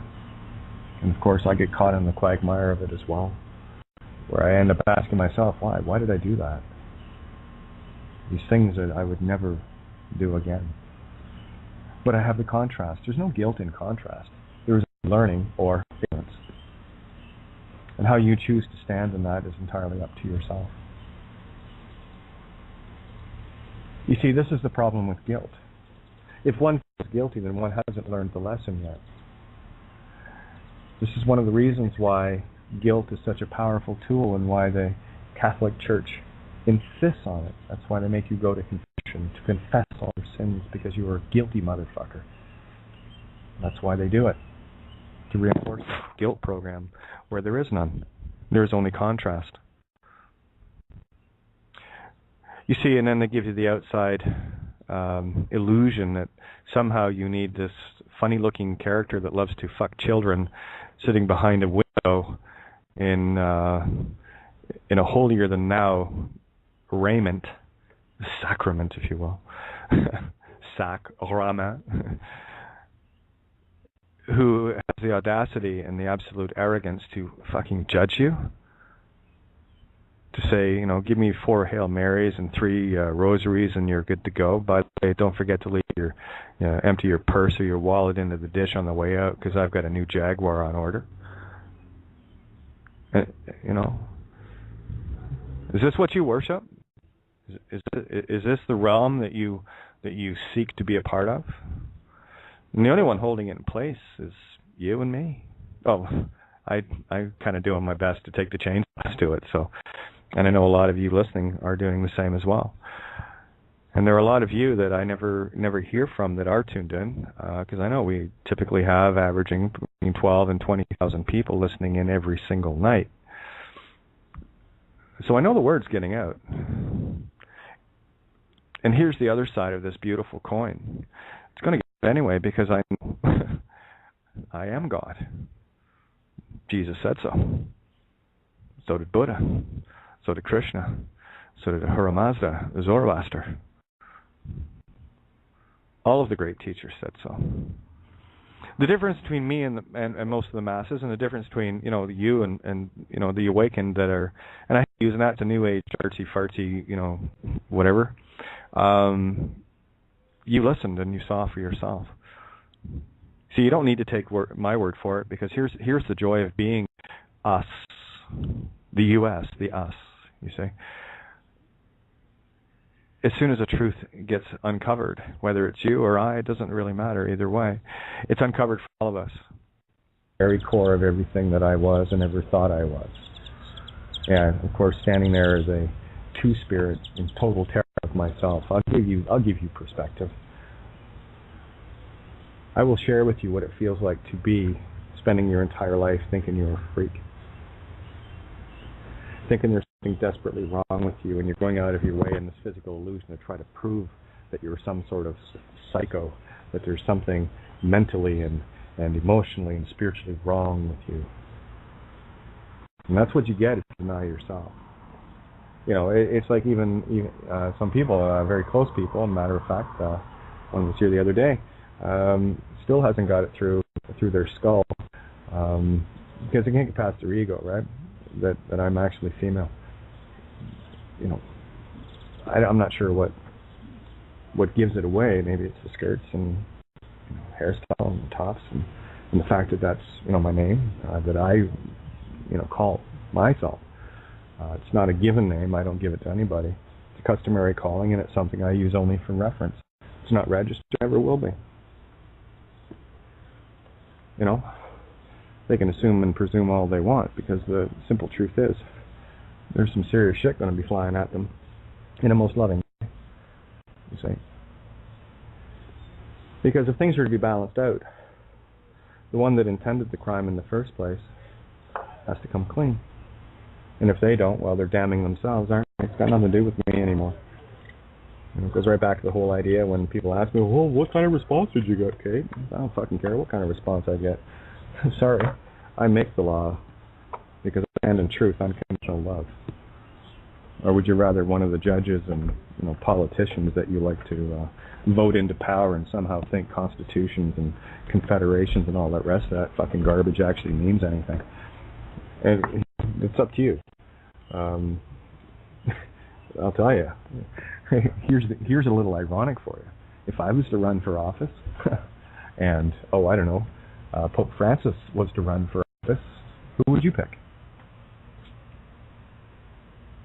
Right. And that's an observational. That's all that is. Again, you continue to worship outside of yourself in terms of the system and looking for others to lead you, you are lost. No. Those that are standing with me are standing with me, shoulder to shoulder, completely equal, completely level, where none is master and none are slaves. And nothing else will be tolerated. You come to my table, you come as an equal. If you want to start building pedestals and whatever the case may be, I could go on. You wouldn't believe what just went through my mind there. But you want to come building pedestals, well, I assure you, I or someone at the table will take a chainsaw to you. I promise. I don't stand alone any longer. I haven't for a while, and it's a glorious thing. It's been a long road, but we got here. So take the win. Take the win. I'll tell you something. I'm going to hand you the compliment of compliments, my friends, and that's exactly what you are. You are the pride of the universe, and I mean that in a very neutral way. You came to this table, and whether you stay is your choice or not. I will do my damnedest to either build such a desire for truth in you that you cannot help but be at it, or I will build such a wall of distaste because your ego can't handle the truth and needs to run. Both works for me. Because I love you unconditionally. You choose your path, you choose your walk. I don't, that's yours. The only free will choice you have is which path are you going to take. But beyond that, there is no free will choice in the universe. This game is already written. And it's got the director's cut with alternate endings. And how you choose to end your game or continue playing it ad nauseum, ad infinitum is entirely up to you. Excuse me. You are at the junction of the train where there is a Y. One of them, if you maintain it and don't bother touching it, will loop you back into the same circle to observe which role they're playing and whether or not I want them in my movie anymore. And I'll tell you, I'm tired of the villains, so I don't want them in my movie anymore. So I think that's a good choice. I think that's a very good choice. But I'll tell you, on the way back here, great afternoon, Vicky, as always. That's what I mean. It's just a nice place to zone out, and that's an energy I can sit with. And she got her hair cut. Oh my God. I never thought I'd see the day, but anyway, it's gorgeous. Looks great on her. Didn't get it cut too short, but yeah, as soon as I saw her, I was like, oh my God, look at you. I don't think I've ever seen Vicky with her hair down. She always had it in a ponytail, so it was awesome. It was like, look at you, snap, crackle, pop, girlfriend. Anyway, so we had a good afternoon, and I tell you, right now I'm riding the allegorical wave of Lana Wachowski being an allegorical mirror for me. All of a sudden you've got, bear with me, guys. All of a sudden, well, here, let me preface this for you. When you go through, decades, 4+ decades of being in a complete and utter war with yourself. If you haven't seen the Lana Wachowski speech, I would urge you to go just put that in YouTube. Lana Wachowski, Wachowski brothers. Well, not anymore. Hasn't been for a very long time. Just see, here's the thing: the now moments are coming into view. The creations that have been placed and planted, and the seeds that have been put there. We're starting to see the harvest of them. At least I am, and I lost count of the number of times the universe was going. I'd ask, just put the antenna out, and blam, blam, blam, blam, one after the other. It's like confirm. No name truck flies by. That happened today, again. Just a coincidence, though. It's incredible. In fact, as was confirmed by Universe, and of course a lot of other things that tied into things today. I just wish I could, show you the movie that I, shot today mentally, and you'd go, oh my me, or shorten it down to well, ye are gods, right? God is light, ye are gods. See if your tricky little bastard, aka ego, can make the logic work on that one. It's pretty straightforward. So there you go.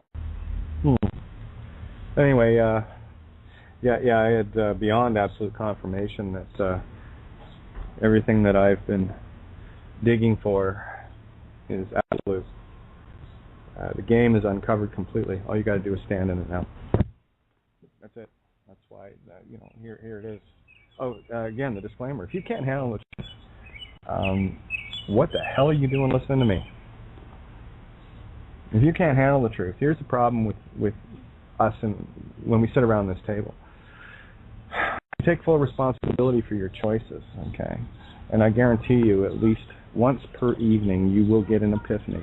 You will get an aha moment, and that's truth resonating with you. And if you get one of those, and you fully grasp it, well, that's what aha moments are, fully grasped, and you go, oh my me, look at that. Here's the joy and the problem, because it's both, they're equal. You now have full, absolute responsibility for standing in it, or the only other option, refusing to stand in it and denying it. And I assure you, you're damned if you do and damned if you don't. You just have to choose which damned you want. Do you want to damn your physical or damn your spiritual? And damn, look at the word, right? Do you want to block it? Do you want to put a wall up, Humpty, so that the waters of truth can't get past, right? So what we need to do is become dam busters. It's your call. I can't do it for you. I did mine. And go ahead, ask me if I would do anything differently. And you will only hear a resounding, not a chance. Not a chance. Oh yeah, it hurt deep. It cut me to the very... And when we get these beautiful, postulates that we put out, absolute axioms, and they resonate, ding, ding, ding, 432 hertz, perfect A pitch, bang, there's your 528 hertz C, the note of love, and it resonates. And dear butterflies, dragonflies, and bees, those little wings that we like to flap, create tsunamis across the universe. We change the script. We change the movie. We alter the course of our own destiny, alter the course of reality. And for those that continue to worship this reality, well, enjoy it. Eventually, you will get tired of it, whether it's this lifetime or the next. Look forward to your meat stick drops.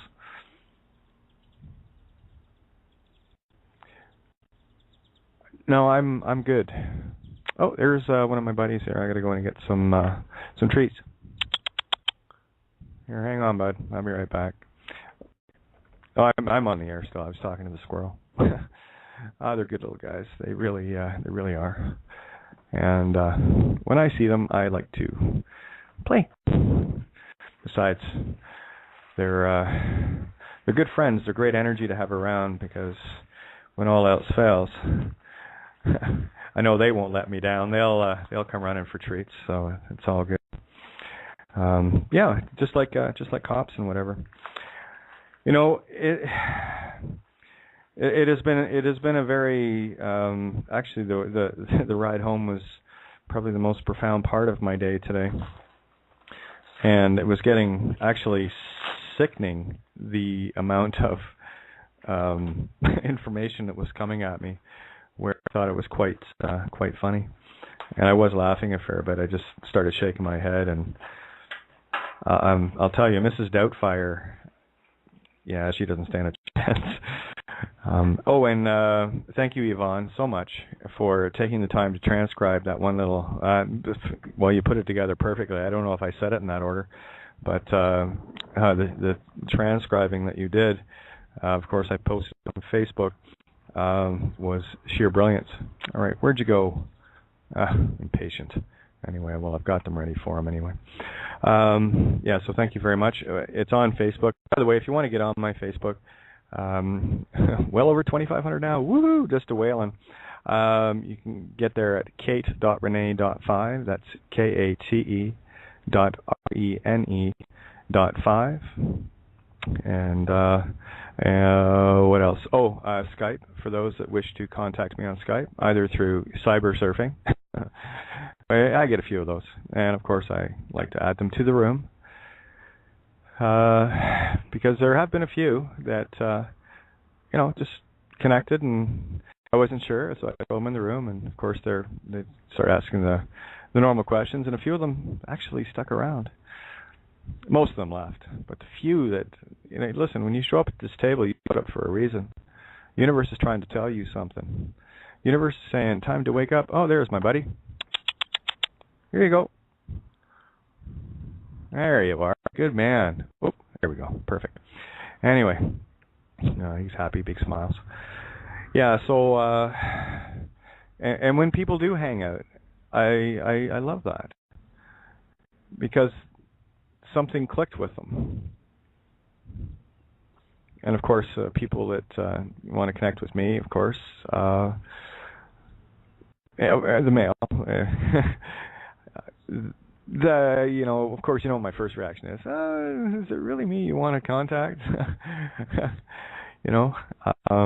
Yeah, I am a woman, but probably not one that might suit your needs at this point in your life. Not yet anyway. A few repairs to make. We'll sort that out eventually.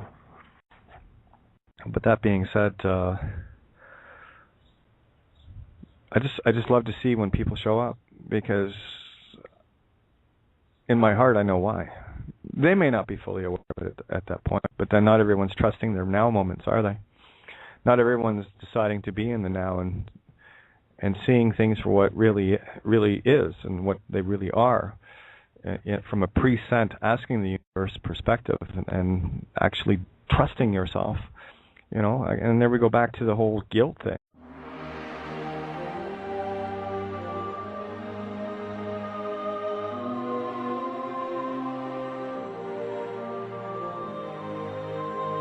Please note the views and opinions expressed by the hosts on this show are not necessarily the views held by the station. You're listening to Critical Mass Radio. Now it's our turn. Oh, darn. Andy Jesus left the room.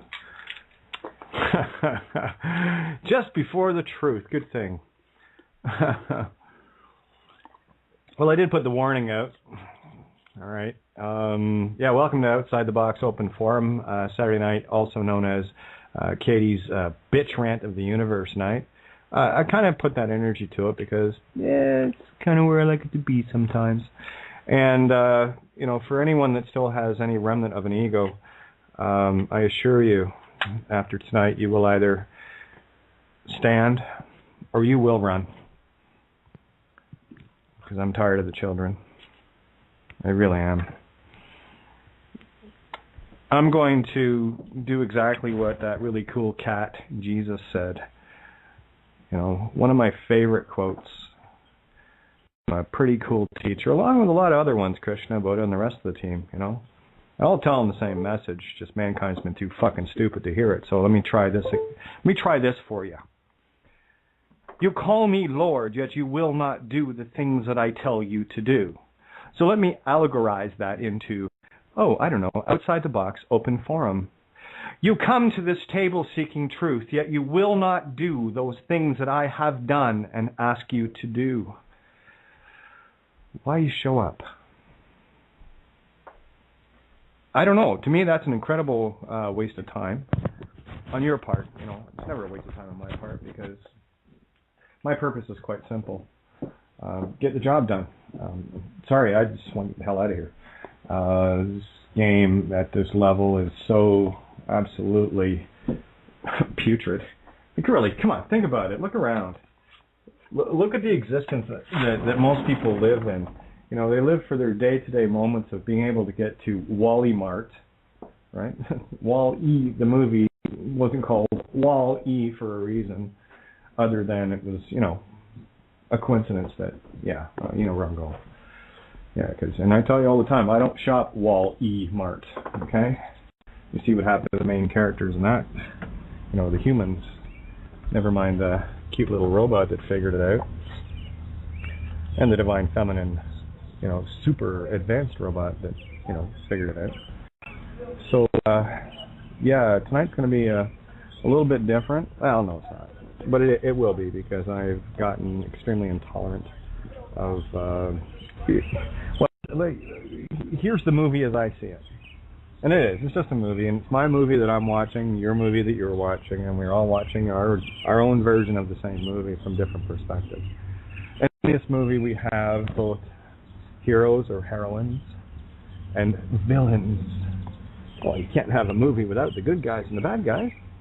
It's kind of a dull, boring, plot line. If you're kind of wondering why Hollywood focuses on that, well, it's because it's such an alluring thing, because that's how the universe is built. We have the equal and opposite, and it has to be equal and opposite in both sides of it. Otherwise, you can't have contrast, and you can't have a game, and everyone's stuck in the contrast. Time to adjust your contrast a little bit, picture in a whole lot clearer. And the thing about contrast is you can actually wind it all the way up where the screen goes white, or wind it all the way down the screen goes black. See the allegory? That's why I talk about ego and spot the contrast.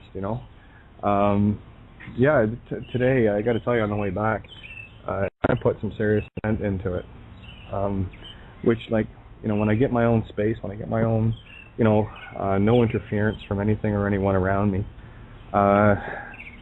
magic happens. So this is one of the reasons why putting out energies the way I have been on air could be so much better.